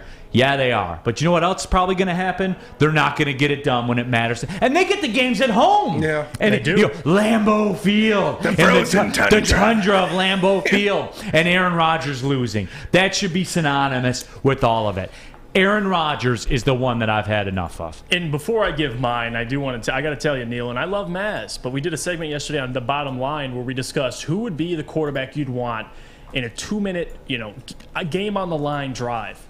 All right, I went with obviously Tom Brady. Besides that, I picked Josh Allen. Sean Belizean agreed with me. He picked Josh Allen as well. Guess who Maz picked? Aaron Rodgers. He picked Aaron Rodgers. Why? I mean, I asked him that too. Is this playoff game at home, and is it a conference championship game? Because I certainly don't want him there then. I feel Maz on that one, though. Like, how many times have you seen it, like, you left too much time for Rodgers, and he goes down the field and gets them in field goal range, or he has the Hail Marys and stuff like that. So I feel Maz on that. Detroit Arrow in our YouTube chat thread. Enough of the Rodgers hype. The NFL and the rest of the sports media pump him up way too much. Just shut up about him. Big fish in a little pond who's had success thanks to a weak division. Well said. One person that I am sick of, and a lot of people would probably agree with me, is Juju Smith-Schuster. Yes. That is my number one. I can't do it, That is Neal. a good one. I really can't. A guy who had what's he done? Corvette. He had one good Pro Bowl year where he went for 1,400 yards, fantastic year. Hasn't done anything since. But you know what he has been doing though, Neal? Dancing on other people's logos, making TikToks, still making TikToks in Kansas City. That's a good one too. And so Juju's up there for me. It used to be for a little bit Antonio Brown, but I respect Antonio Brown so much that But he's a crazy person. He's a crazy person, but you respect what he's done on the field. With Yes. Juju, it's both. Like he hasn't really done anything on the field, and I get annoyed by him. So for me, it's Juju. Sam Flannel, who have you had enough of in the NFL? Well, first of all, Juju Smith-Schuster is breaking out this year with Patrick Mahomes as his quarterback. Oh, boy, here we go. But the person I've had enough of, and nobody will be shocked by this, it's Tom Brady. It's Tom Brady. The fact that he gets all the credit Michigan guy. How many Super Bowls has he won? He's won 7, but I got a stat for you. Okay, thanks. I got a stat for you. But he is 2-0 in Super Bowls in which he has led his offense to 13 points or less. Every other quarterback in NFL history is winless. That is the story of Tom Brady. He gets 100% of the credit, even though he is the luckiest. Two of the 7 Super Bowls. He is the luckiest athlete in sports history, and he's constantly been surrounded by great defenses. Like his first 3 Super Bowls, those were not Tom Brady's Super Bowls. Those were he was a part of it. But those Bill Belichick defenses with guys like Richard Seymour, Ty Law, Mike Vrabel, Teddy Bruschi, and it's all, Tom Brady did it. He willed his team to all those victories. Stop it with that. Tom Brady is You don't get lucky 7 times. Okay, Sam I Flannel. get that, and I'll give him credit for. I still say he is the GOAT because his accomplishments will never be touched, and I can't argue with that. But he has had it better. Well, than if you're any the other GOAT, then you can't be overhyped, Sam yes, Flannel. Yes, you can. Because no, you people can't. act like there's no argument. He's the best athlete. People argue that he's a better athlete overall than Michael Jordan or Tiger Woods, and to me that is absolute dog crap. Tom Brady getting all of the credit for team wins and team accomplishments, especially. He's won more games playing like absolute crap than any quarterback in NFL history. It's not that he wants to win more or he's a better leader. It's that he has better teammates around him in better situations and more luck. The legend killer. The legend once killer again. strikes again. Spencer Raxter, what do you got? Oh, there's a couple of them. I was debating. Pick one. I could throw Baker in there. I could throw different guys. I'm going to go with Jerry Jones. I'm sick of Jerry Jones. It's not that I hate the Cowboys, but see, I do. Yeah, you know I do. I know you do, but Jerry Jones is just so full of himself. So, I'm going to be owner and president and GM, and I'm going to do all of this and not produce a winner. It's like, Jerry, come on, man. Take a step back. Take your geriatric ass to a retirement home. You can be the owner, that's fine, but bring in guys who know what they're doing on those levels. You can't do everything. You haven't been relevant in 2 decades. Yes. 2 decades. And to your point, too, I mean, Jerry Jones, the man can't even get a stadium right. You build it and the sun's shining in the players' eyes. Yeah. So, Jerry Jones, listen, that's a good mention, Spence. Go to the YouTube chat thread. Mark Walston, easy, Neal. The Lions are trying to win the division. Don't piss off Rodgers. Well, Mark, I would say as long as we if we make the playoffs, too, as long as we get to play them in Lambeau with everything on the line, then they'll be fine because Aaron Rodgers doesn't deliver.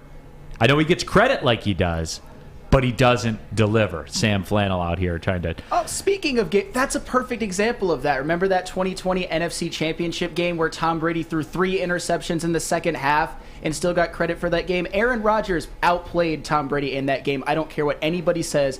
The reason why he did not win that game, or the Packers did not win that game, was because he was under constant duress because David Bakhtiari was out. You know, one of the best left tackles in the NFL, and that pass rush was relentless on him in those last few drives. But Tom Brady gets all the credit because he just wants it more than Aaron Rodgers. Well, he does. He does. He does. Come on. That's not something you can actually quantify. That's a made-up stuff. He's won 7. I can quantify it. He's won 7 of them. I understand that, but there's context like I just gave you. He's had it better than any athlete in the history of sports. Did you leave out the one where he threw for over 5 bills in a Super Bowl? You left that one out, Yeah, huh? and they lost that one. Good, great. He did not deserve to lose that Super Bowl. That was the one time he's gotten unlucky. That was the one time. Man, That's it. Seems to cancel each other out, doesn't it? I can give you numerous examples of when he was lucky, like winning 2 Super Bowls while leading your offense to 13 points. What about this one? Ludicrous. Aaron Rodgers is the Russell Westbrook of the NFL. Come on. Aaron Rodgers has a Super Bowl, and Russell Westbrook is the... Wasn't he an MVP? He didn't win a championship, though. But he was an MVP of the league. And Aaron Rodgers is a 4-time MVP of the NFL. Come on, stop and that. Russell actually hurts his team in every game he plays in. Aaron doesn't do that. Now, in moments where he has to show up, maybe there's some questions you ask, but yeah, no, that's I can't get with that one. I also kind of feel for Aaron Rodgers, like the only offensive player that was drafted in the first round for him, or offensive skill player, was Jordan Love. Like, that's it. It's embarrassing. In his tenure in Green Bay, like, that hurts. There's not much you can... I mean, Devontae Adams was a diamond in the rough in the second round, Jordy Nelson, stuff like that, but come on now. Now it's came back to bite him in the ass. Yeah. Now we got Romeo Doubs. Christian Watson. Hey, Romeo Doubs He's nice. is going to ball this year. He's nice, but you're counting on him. Yeah. He better ball. Bradley K says, Jerry Jones kind of gives me a good laugh, though. I love watching him during interviews. And Bob Johnson, Toronto Maple Leafs. I'm from Canada. Any Toronto team annoys the F out of me. There are some similarities between the Cowboys. Well, I mean, I guess not, because the Cowboys were relevant in the 90s. But it has been a couple of decades. Tom Rivera, 88, the legend killer. He's so on brand, man, every single time. He's picking them off. I love it. Hulkster runs wild. When was Brady on a bad team and lifted it? I mean, yeah, I don't hear no lies. No, that's the truth, and I'm not. And Tom Brady, just by his accomplishments, is the GOAT. I will admit that. I just still think he gets way too much credit for team accomplishments. That's the crux of what I'm saying. He went to the Bucks and took him to a championship. That wasn't a bad team by any But it's means. the Bucks. But it was the Bucks, and with Neal's boy Jameis, they were, average, and they got Tom Brady, and he won him a championship. But that was a great team, loaded team for sure. Yep. Mark Royal. Brady was thrown to a bunch of nobodies in his first 3 to 4 Super Bowls. Name the starting wide receivers for the Patriots those years. Deion Branch. And how was the rest of their careers? That is true. The one thing about Brady, like, I see the graphic every now and then. The amount of Hall of Famers Peyton Manning had compared to Tom Brady at the skill positions, like the only ones, or All-Stars, not even Hall of Famers. The only ones Tom Brady has are Deion Branch 1 year, Aaron Hernandez, Gronk, and I think Wes Welker 1 year. But Spence, let me just say this really quick. I know we got to go to break. Those Patriot defense in the early 2000s were a hell of a lot better than those Colts defenses. Yeah. If I grant you your point, you got to grant me mine. That's fair. The Broncos defense was real good. You can tell me Bob Sanders wasn't good, bruh? No, Bob Sanders was good. He was Defensive Player of the Year, but he Dwight Freeney wasn't never good? stayed on the field. Richard Seymour, Ty Law, Mike Vrabel, Teddy Bruschi. We can go Vince Wilfork. We can go all day. We can go tit for tat all day. Lawyer Malloy in the first Super Bowl. Those are some damn good players. Some With Hall of Marvin Famers. Harrison? Yeah, absolutely. Oh, yeah, Marvin Harrison. We talk about the great. Sports Marketing Agency. They spread awareness about mental health and substance abuse. Their podcast is called This is the F Word. It's a series on fentanyl and the other addictions that, let's be real, everyone, they're plaguing our communities here and now. Go to thesportsma.com. Again, if you're struggling, if you know someone else who's struggling, go to thesportsma.com. The Sports Marketing Agency, they're here to help. Hi, my diamonds. It's Crystal with an X. You want to get hot and perfect like me? Here's my super easy routine. Drink at least a gallon of water before you wake up. Attach a weight to everything in your house. Hello? Sell your car and just sprint everywhere. Scream when you exhale. Don't follow Crystal with an X. Do your own thing at Planet Fitness with tons of equipment and free fitness training in our clean and spacious clubs. Join now for just $10 a month and cancel anytime. Game is won in the trenches, and our big fellas don't mess around. The Woodward Heavyweights on Woodward Sports. Detroit's downtown summer playground is back. Open all summer long, the Monroe Street Midway. Enjoy roller skating, free Wi-Fi, food trucks, art installations, and so much more. Don't forget to take advantage of the basketball court, putt-putt, and, of course, family programming all summer long. All art installations are done by Detroit artists, and it's a fun, safe event from people 1 to 100. Go to deckedoutdetroit.com. What's going on, everybody? It's your boy Spencer for the Foaling Warehouse in Hamtramck. You know, you've heard of it. It's the home of the original football bowling pin game called Foaling. Multiple different ways you can play. They have $12 open unlimited play where you can stay there open until close, have a good time. They also have private lane reservation, $120, 10 to 12 people. You get your own lane, and you can bring in any type of food you want. If you get thirsty, they have a $2 mystery beer vending machine. You pop in $2, it pops you out a good beer. No hassle, no fuss needed. If you know what you want or you want to make a decision, there is multiple fully loaded bars for you to choose from. So come on down to Hamtramck, check them out in person, or visit them online at foalingwarehouse.com. Again, that is foalingwarehouse.com. Back at it. Big D Energy, Woodward Sports Network, Neal, Ruhl, Jeff Iafrate in for D-Max, Sam Flannel, Spencer Raxter as well. But we're talking who have you had enough of in the NFL? Sam Flannel said it was Tom Brady. Spencer Raxter said Jerry Jones. And I've had enough of the Cowboys in general. And Zeke Elliott, too. And go do it, everybody. Go take them. Second round of your fantasy draft, go do it. Let me know how it works out for you. I was like struggling. I was like, do I go Dak? Do I go Zeke? I'm just going to go with the precipice of it. Just give me Jerry Jones. Get him out of here. Yeah, so go ahead. And you know you're going to. If you haven't yet, everyone in your league takes a turn with Zeke Elliott. And everyone in your league walks away disappointed and not winning because they did it. So just remember that as you go through your it's pretty much fantasy football draft season starting now. I can't wait. Just remember that. Jeff Iafrate, who'd you say again? Juju Smith-Schuster. That's right. Yeah. And I agree. It's been a little much on the Juju Smith-Schuster front. Although Sam Flannel is guaranteeing a Juju Smith-Schuster resurgence with the Chiefs. Well, he was playing with the corpse of Ben Roethlisberger for the past couple years, and he did have an injury, and I understand that Juju has not done anything to help himself. He appears to care more about TikTok than playing, but that one season he was one of the best wide receivers in the NFL for 1 year, and all he needs is the best quarterback in the NFL to bring it out of him, and he's going to have every opportunity with Tyreek Hill leaving. He doesn't play for the Bills. You're funny. I got a lot of respect for Josh Allen, by the way. I'm not even slandering him. I think he's as high as number 2. I just like Patrick Mahomes a little bit better, and that playoff game proves that he's just a tad bit better than Josh Allen. It's fair. That is fair. I agree. YouTube chat thread as well. A lot of people talking about the Roquan Smith stuff and trading for Roquan Smith and stuff like that. And a lot of people I've seen on there are talking about Amon-Ra St.Brown and a third for Roquan Smith. Not interested. Not a chance. It's a walk year for Roquan Smith. He's going to be an $18 million a year guy. That's what I was going to say. Would you be willing to pay Roquan Smith close to $20 million a year? I mean, would I be willing to pay it if I could afford it in the cap space? I would entertain it. Yeah. I'm not trading Amon-Ra St.Brown, one of the most valuable contracts in the NFL right now. Yeah. I agree. Yeah, that's ridiculous. But if it was like Anzalone and a second, or Anzalone and a third, and you get Roquan Smith, you have to sign him for close to $20 million a year. So that means you're probably not bringing back Hawkinson. Maybe you cut the fifth year option on Jeff Okudah to make that money work. Would you do it? Well, the problem is the cutting the fifth year option on Okudah is only going to save you like $4 million. Yeah. You know, it's not like this catch-all. You still got to pay him. So, you know, like it's one of those things where I'm not interested in giving up assets. And the Bears aren't doing that. Like Alex Anzalone, a third-round pick, they're not doing that. So they'll get more than that. Yeah, they want probably a minimum first-round pick. I think Roquan's that good. Yeah, he's about entering his prime. Yeah, and you could sign him to a long-term deal or whatever. It's just that caught my eye because there were a lot of people talking about it. Doughboy Steve says Sam is worse than Easy. Ooh.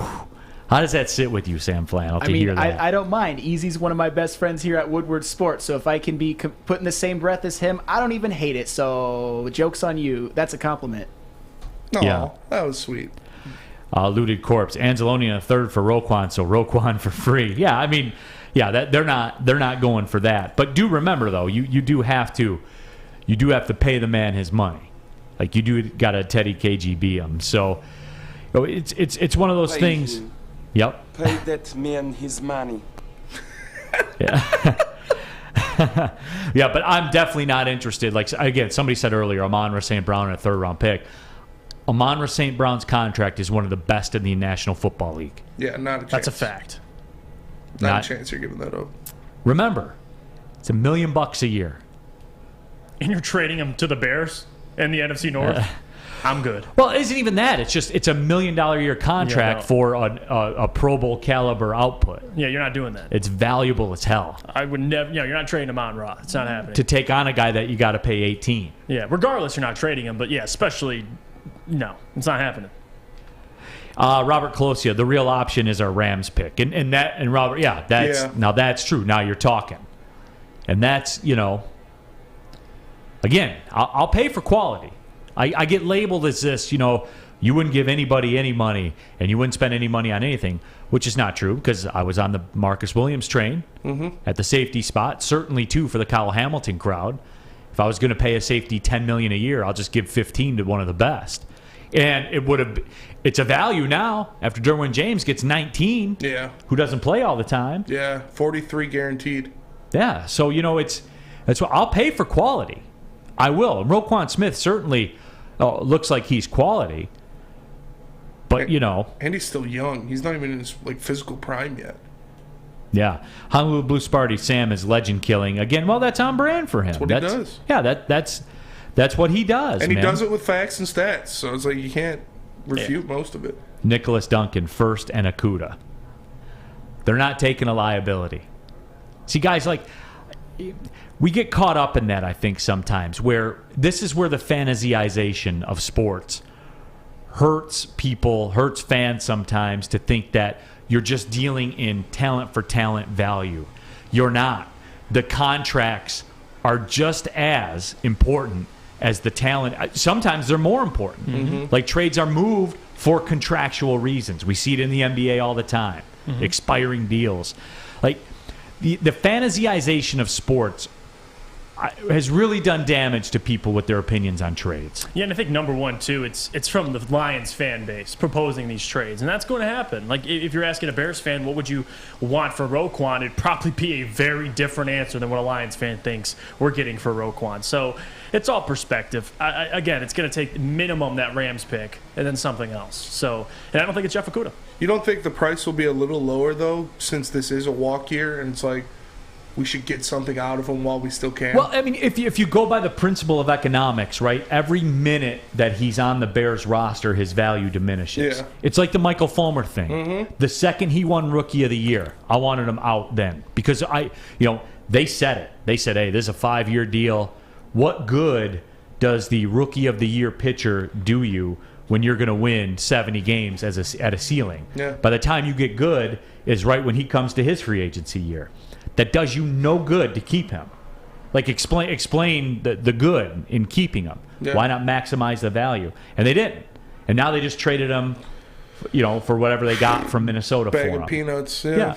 So the principle of economics suggests that every minute the Bears keep him, his value diminishes. Mm-hmm. Yeah, it's kind of similar to the Jeremy Grant thing. I mean, I know he had a year left on his contract, but that was the conversation. The longer you wait to trade Jeremy, the value diminishes. And it's because of your point you're making. It's about the contract. It's just as important. Yeah, and, the Bears aren't interested. Next year, Jeff Okudah is a $10 million cap hit. Ask the Bears. Do you want to pay $10 million to somebody who you're not sold on completely? It's just not happening. So you better just wait and see what you got in Jeff. And if he doesn't work out, you cut ties. It's that simple. And yet you have to keep him again next year. Right. Because of that, unless you're going to flush $11 million of a cap hit down the drain. Yeah, no one's doing that. You know, You'd rather just have him on the field, see what he brings. Yeah, so it's one of those things where, because I think next year he's in a weird situation. If you cut him, I think it would be like $5.5 million of a cap hit, but if you keep him, it's 5.1. So it's literally cheaper to keep him because it's on the books, right? So it's literally cheaper to keep him. Yeah, and so like the Bears, Bears aren't interested in any of that. So that's that's what it was. The fantasyization of sports, I think, has really hurt. Analyzing trades and looking to see what's going on. Joey 2 times says Vitae returned to practice today, so that is good to see. And that's one thing I've noticed too. The Lions haven't had really they haven't had the injury bug this training camp. I mean, you look around the league, you're seeing a lot of guys go down. The Lions really lost Vitae, now he's back. Quintez Cephas, but he's coming back. So they've gotten lucky, and it's a good sign to start the season. Yeah, the Lions injuries that we were worried about are like stuff that carried over from last year, like Romeo and Jerry Jacobs. I don't know what's going on with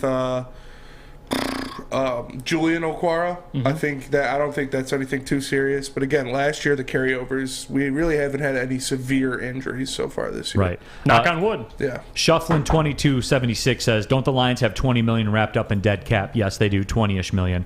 They'll be fine next year and the years to come as a new media deal is boosting the cap.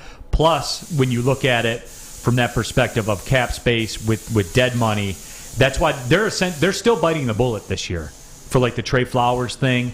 But remember that, everybody. They're still biting the bullet. I hate Matt Patricia and Bob Quinn. There's barely any dead money cap next year. That's as it sits right now. Now that the Jeff Okudah thing, we'll see how all that plays out. But that's where they are, and that's why they're in a good spot. There's still a year of pain, of salary pain. Why the hell didn't I think of that when we did NFL Person You're Sick of? Matt Patricia, like, dude's gonna be calling plays for the Patriots next year. He's an offensive coordinator now. Offensive whizzes. Yeah. No, he's not. He's not the offensive coordinator, but he's. Belichick announced yesterday they have no offensive coordinator. Belichick will be calling the plays. Yeah. Hey, Joe Judge and Matt Patricia are there. Hey, I forgot Joe Judge is there too. Wow. Yeah. But if Belichick takes this team to the playoffs with then Matt just Patricia put him in the Hall of Fame. Joe Judge being that, yeah. Just stop what you're doing and put him in the Hall of Fame this year. For real. Adam said he would suck his own beep on a live show if the Patriots made the playoffs this year. Not even mad. I'm impressed. I don't want to see it. I want to see it for the physics of it. Did he take out a rib? Yeah, like Marilyn Manson. Yeah. Oh my God! Well, Bill's done it before. He's won 11 games with an OC. So. They went to the playoffs last year. Like, have we forgotten that? Like, the Patriots went to the playoffs last year. Juicy J, you got luxurious hair. Tell them where to get a haircut. Oh, I got you. Guys, I'm looking at it right now. We broadcast live from the headquarters of Lady Jane's, and if you need to get taken care of, you come to Lady Jane's for an award-winning haircut experience. You can register for a once-in-a-lifetime opportunity to win the car of your dreams from Les Stanford Chevrolet Cadillac. Lady Jane's Haircuts for Men, open 7 days a week, walk in anytime, no appointment necessary. It's wicked awesome. You don't have to go to the beach, man. You don't have to get your butt crack full of sand. You just need a little chili peppers, man, to get that glowing beach chili peppers tan. Woo! With 26 locations in the Metro Detroit area and more coming, Chili Peppers Tanning is where you'll find the cleanest salons in the D. Join the Pepper Club for the best deals on unlimited tanning. Head to chilipepperstanning.com. You just need a little chili peppers, man.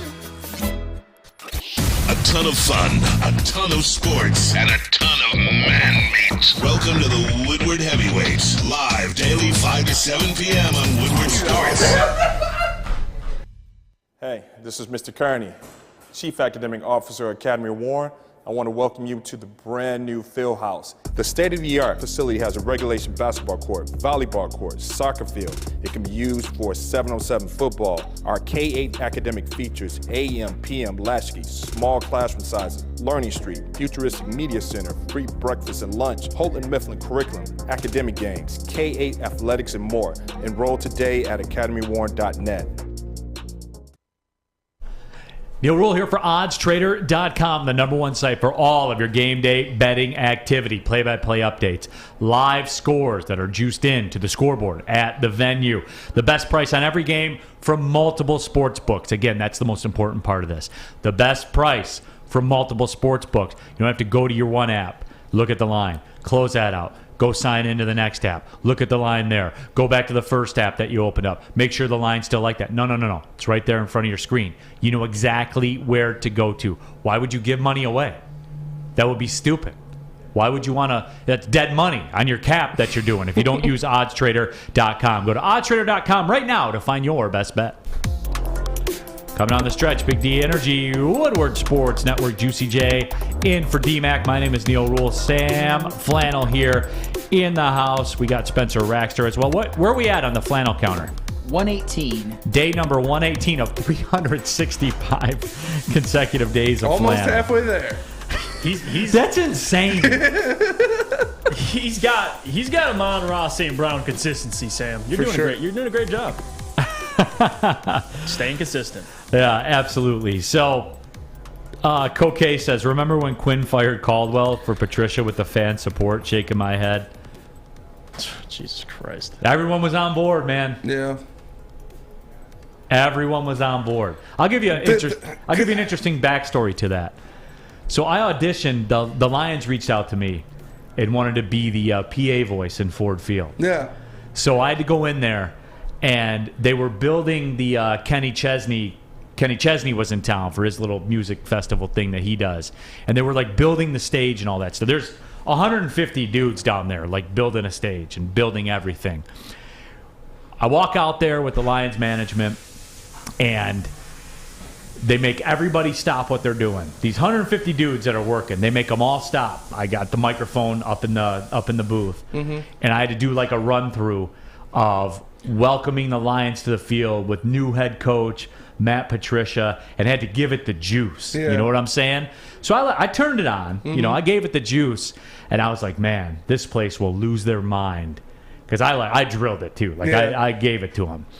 Now, ultimately, we couldn't come to an agreement salary-wise. We had a difference of financial philosophy. Okay. But anyway, I was thinking when I was doing that, if this works, dude. In this town, with how hyped they were, there were no dissenters. No. None. Juicy J, be honest. No dissenters, right? There were none. And this YouTube chat poll. Yeah. Be honest. Did you support the Matt Patricia hiring? And that's the issue I think that gets lost, because I get why people, and you call them whatever you want, the Jim Caldwell defenders, it's not about, and I get hindsight 2020, you look at Matt Patricia now, you're like, we should have never fired Jim Caldwell. It's not about firing Jim Caldwell, it's about who they brought in after Jim Caldwell. That was the mistake. That really was. It's not about, these idiots, they fired Jim Caldwell. It's who you brought in. You brought in a doofus. That's what went wrong. He's a rocket scientist. Oh, yeah, sorry. My bad. Rocket scientist, expertise on the defensive side of the ball, even though you gave up, 30 to Sam Darnold week 1? Jesus Christ. Yeah. Let's see this. And I'm curious to see how this poll goes, because I want to know how honest people. Every now and then I do this to you guys, right? Yeah. Like I like a test of honesty, because this should be 98% to 2%. For sure. It should be. There were maybe 2% of people that said, well, he's never been a head coach. He's been a coordinator. Like, I don't know. I mean, I think that number, though, shot up after that first game against the Jets. I know it did for me, and I know a lot of people will say this is nothing, it doesn't matter. They did lose 48-17 to Sam Darnold and as a rookie making his first start. But the way he looked on the sideline with like that garbage bag looking poncho, backwards hat, pencil in his ear, just standing there with like this dumb look on his face. He wasn't talking to anybody. He wasn't communicating with anybody. That rubbed me the wrong way, especially since one of the most disappointing losses to start the season, probably the most disappointing loss to start the season in at least recent Lions history. That to me, I think a lot of people then were like, what did we just do? Well, yeah, I mean, it's week 1. You're going to get your defensive guru. You're facing a rookie quarterback, Sam Darnold, talk about hindsight, guys. What the hell is Sam Darnold right now? Yeah, and he threw a pick 6 on his first attempt. Absolutely. Place blew up that night. Yeah. Place blew up. Matt Patricia chance. And then they lost the rest of the game, 48-10. Yeah. And this is a great point too. I'm trying to find the person who said it, talking about Mike Vrabel, because they interviewed Mike Vrabel at the time as well, and that was the only guy that I thought to myself, you know what, I like Vrabel a lot, but I wasn't sure. I mean, you're not sure about any of these guys, so can't fault it. All right, YouTube chat poll. Be honest. Did you support the Matt Patricia hiring?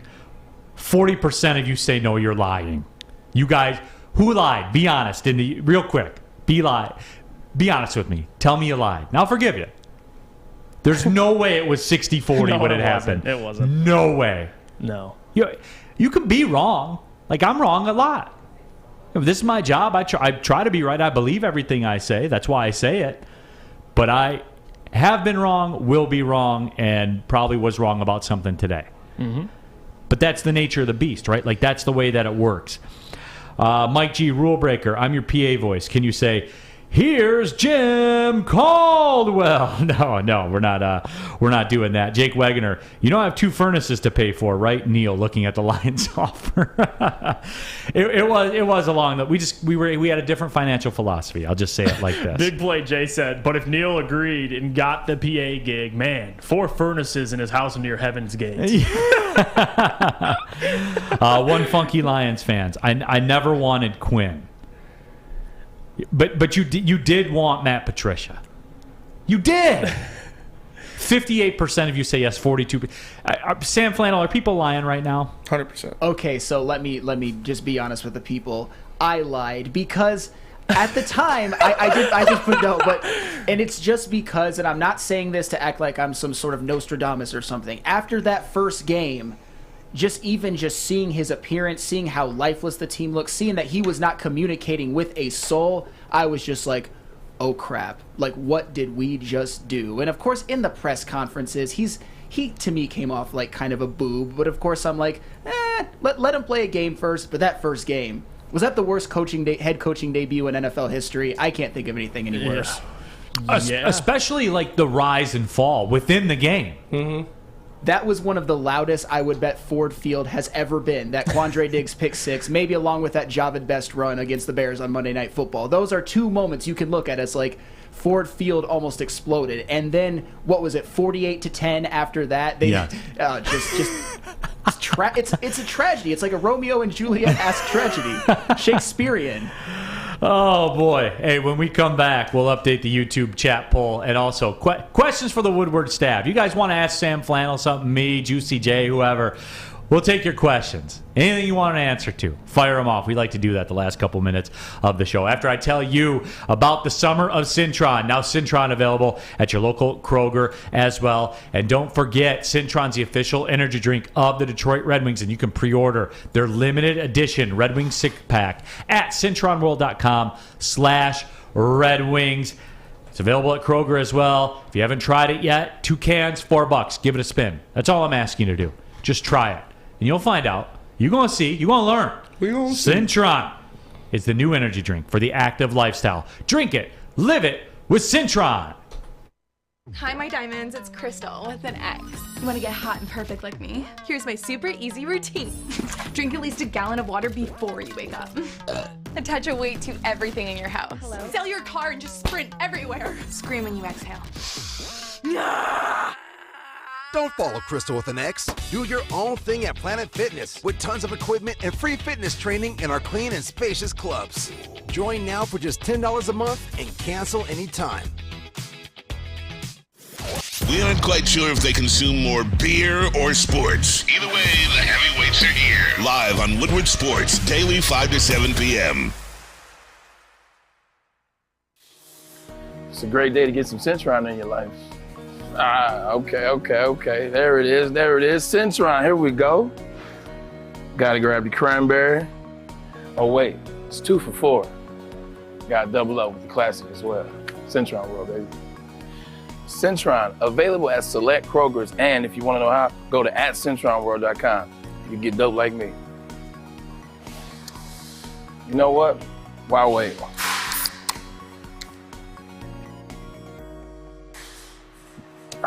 Great taste, guaranteed.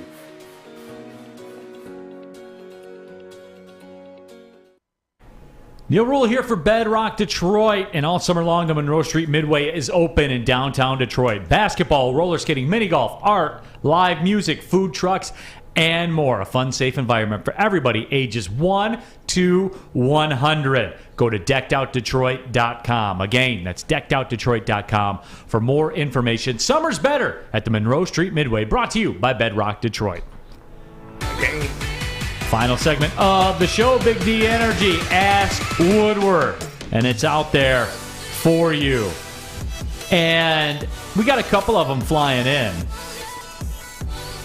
And here's one. Mike G. Ask Flannel. Can you take down Connor McDavid? No, absolutely not. He's the best player in the NHL by a margin greater than, like Neal said, the best player in any other sport, except maybe... No, Connor McDavid. He's one of the best athletes in all of American team sports. Maybe the best, relative to their sport. Adam wants to know, Juicy J, how was it working with Sean Belizean yesterday on the bottom line? It was actually a blast. I miss Sean, and I love him so much. I got a lot of respect for him. So to learn from him, it was an awesome experience. But him and Maz together, Neal, let's just say I learned a lot about the 1950s and 60s. I'll just say that. I learned more yesterday than I have probably my entire life. So appreciate those guys. On Thursday's show, they will tell you about Sid Luckman, Sammy Baugh, and Earl Dutch Clark. They'll have Y.A. Tittle on live. Y.A. Tittle on live. Red Grain. Remember the original, the Galloping Ghost. Slinging Sammy Baugh.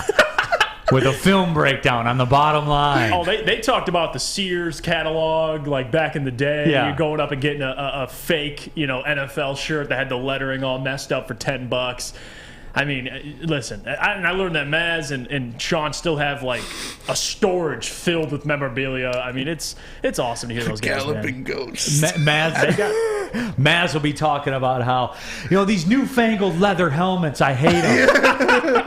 Why do they need helmets? Yeah.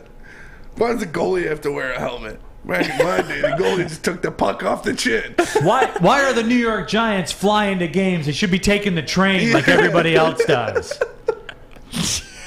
Hi, Pat. How'd you get through it? It was fun. I actually had for what we talked about, although I was clueless for a lot of it, at times actually, it was a lot of fun. I got to say, Sean he's great at what he does, man. He is, yeah. It's two encyclopedias of sports knowledge, man. Sean no and Maz, doubt. they know everything. I was telling Maz before it, I was like, Maz, you and Sean should have a contest where you guys have to list off the Super Bowl winner from 1970 to 1975, and Jeff has to do 2 years ago. I got it in the works, man. Don't even worry about it. Casey, ask Neal, who's your Lions final roster cut dark horse? And again, I've been told I'm not out there at the facility, so I'm not up with every single practice and everything like that. Just on paper, what I would do if I were the GM, if I needed to do it, if there was something that I was looking at pulling off, and again, just based on depth charts, I would say Mike Hughes might be a candidate where you're going to save about $1.25 million in cap space. You're going to have to pay him $1 million to walk away. But again, this is all contingent on who gets cut, who do you want to make a run at? Do you need a quick $1.25 million in cap space? And then you said a dark horse. So, I know he's still young and everything like that. Again, this is just looking at where can you save some quick cash. So that's where the question was with it. And let me see. Austin Hobart.